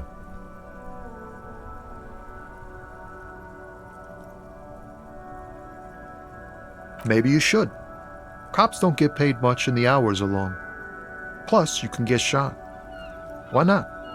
The RCM is a self-managing organization that operates on donations. We promote our own leaders. It would be like striking against your own mother.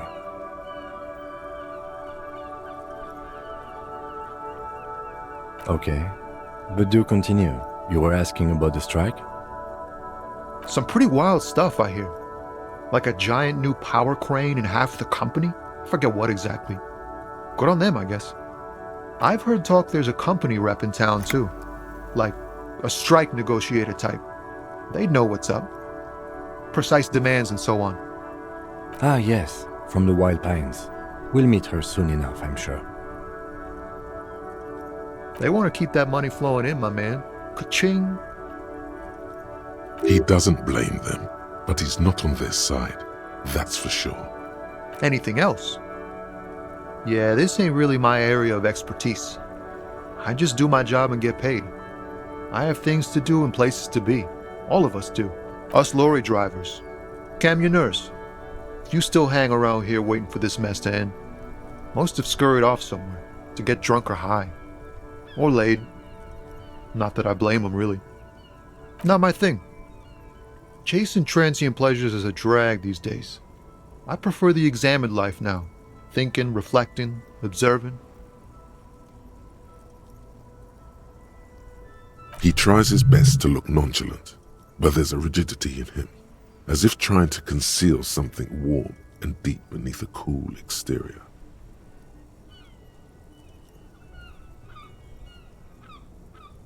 He ain't one of us drivers. I know that. All accounted for. Otherwise, I haven't really asked about that.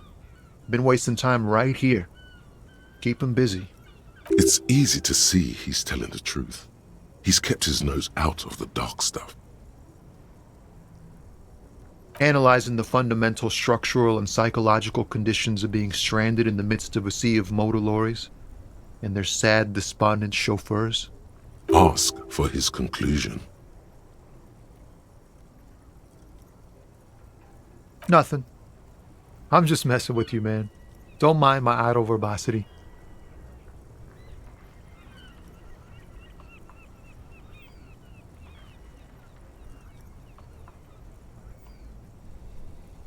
Don't be a stranger.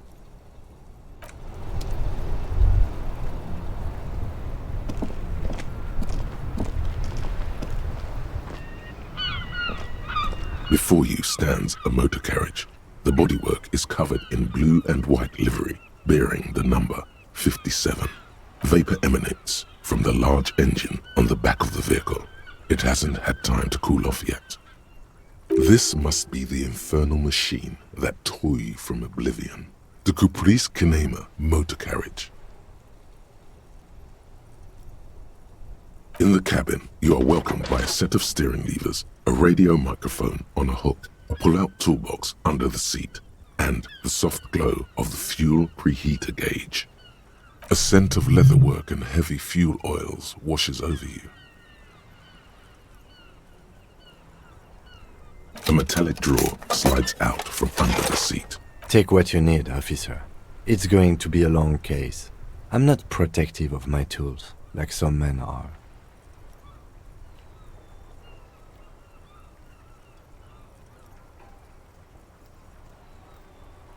The pry bar feels nice and cold in your hand, useful for opening all sorts of... The handles are long and sleek.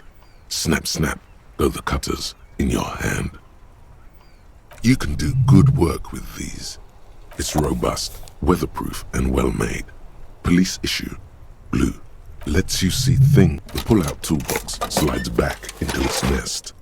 As you tap on the gauge, the indicator pin jerks as if startled. It's in the large orange sector, indicating. There's no use pressing the heat button. It won't start without the ignition key. Translation. We're not going anywhere right now. The white suede feels luxurious under the touch, and the metal clutch handle so very familiar in your palm. The frequency tableau lights up, and the green button labeled Prime Line glows like a feline eye. The soft purr of electrical kittens, radio waves cast far and wide. This is Precinct 57. Hello, Lieutenant. How may I assist you? Hello, Alice. Please assist our colleague from the 41st Precinct here. I'm putting him on. Operating the radio is easy. Just be confident. You've probably done it 1,000 times. This is Officer Alice Demetri, Precinct 57. How may I assist you? Under the green prime line, a yellow saved button catches your eye. You wonder what the lieutenant's default radio station is.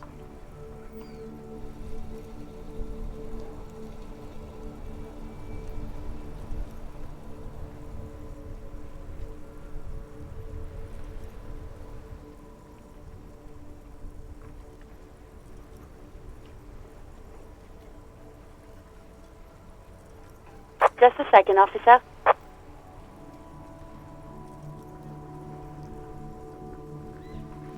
Ten 2, 10-5. This is 41st. Come in. Over. The man uses relay code. You've got this. You're a cop, and cops know relay code. 10-4, message received. 10-5, relay message. What's your status? Over. 10-18, state your message, sir. 10-9, over. 10-4, message received. This is a very serious situation. I need to 10-22 the captain. Over. Is it him? What does he want? Says he lost his badge and needs to report it. He what? He lost his badge? This is Communication Officer Jules Pidieu, sir. Over. You mean your partner? Over. What is he saying? He's asking who you are. I'm his goddamn partner. It's your partner, Satellite Officer Wittmar, sir. Over. Did he lose his memory along with his fucking badge?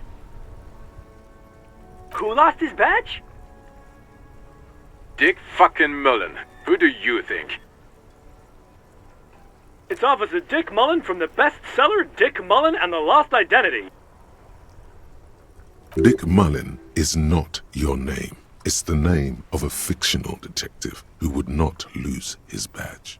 Defend yourself. Immediately. They're laughing at you.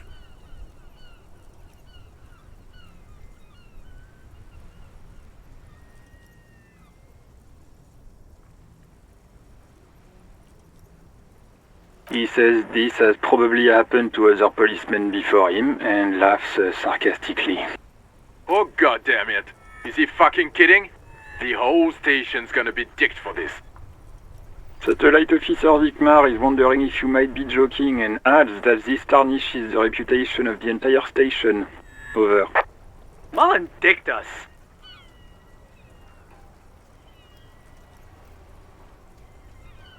He's asking you to stop, says this is serious. Of course it's serious. He lost his fucking badge. Satellite Officer Vicmar Conkers, losing your badge is serious. Over. 10-4, I hear you, officer. I'm just going to make a note here that you are in pursuit of your misplaced badge. Over. Fuck me! Mac, come here! You've got to hear this.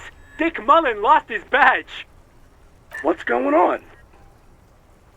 Super Cop here lost his badge. He lost his what now? His badge. He lost his goddamn fucking badge.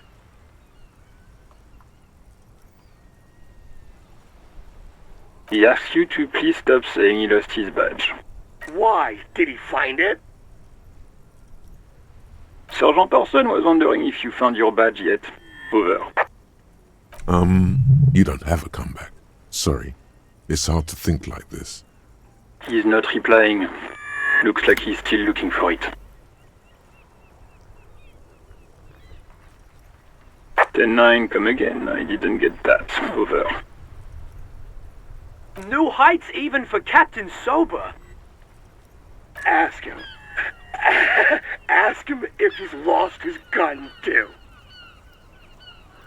Sergeant Orson wants to know if you lost your gun too. Check your pockets. Check your... Holy fuck. You don't know where it is, do you? No. It's gone. It's not fucking on you. 10-9, come in, officer. Did you get my question? We were wondering about your gun. Over. Lying? Over the phone? It's easy. Just say it like it's the truth. And... He says he didn't. Thank God for that. That would have been a nightmare. I don't even want to imagine the poor prick who has to relay that kind of news to the captain.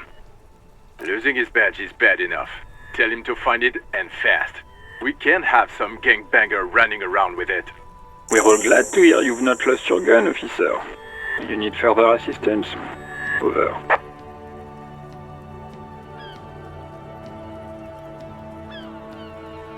Then 4, I know I already wrote it in a report, but it will stay on my desk for a few days.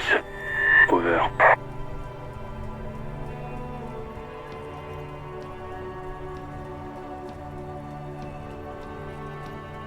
Then 4, I hear you. I don't have the authority to grant your request, but... What does he want now? He's asking for money. Is he fucking kidding? I don't think he is. Don't give that asshole anything. He's just gonna drink it all. Right, that's a negative on the additional funds, sir. Over.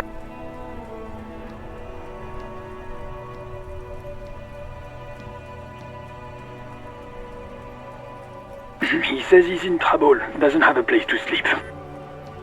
Well, I guess he'd better crack the case before sundown then. Vicmar said... He says it's important to the case. He isn't getting a red cent. You can tell him that. Request denied, sir. Over. He said... It's okay. You can do it, sir. Over. What is he saying? Did you want anything else, sir? Many of your colleagues are also here. Over. He's trying to keep you from further embarrassing yourself in front of your colleagues. He terminated the connection. I guess he was in a hurry.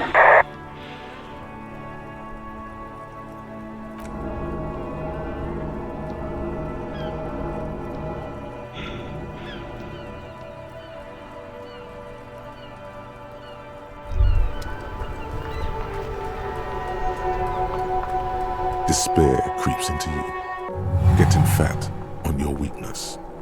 Whatever noble intentions you once had as a police officer, it's eating them. You're still coming up with sentences. That's a step up from total annihilation, right?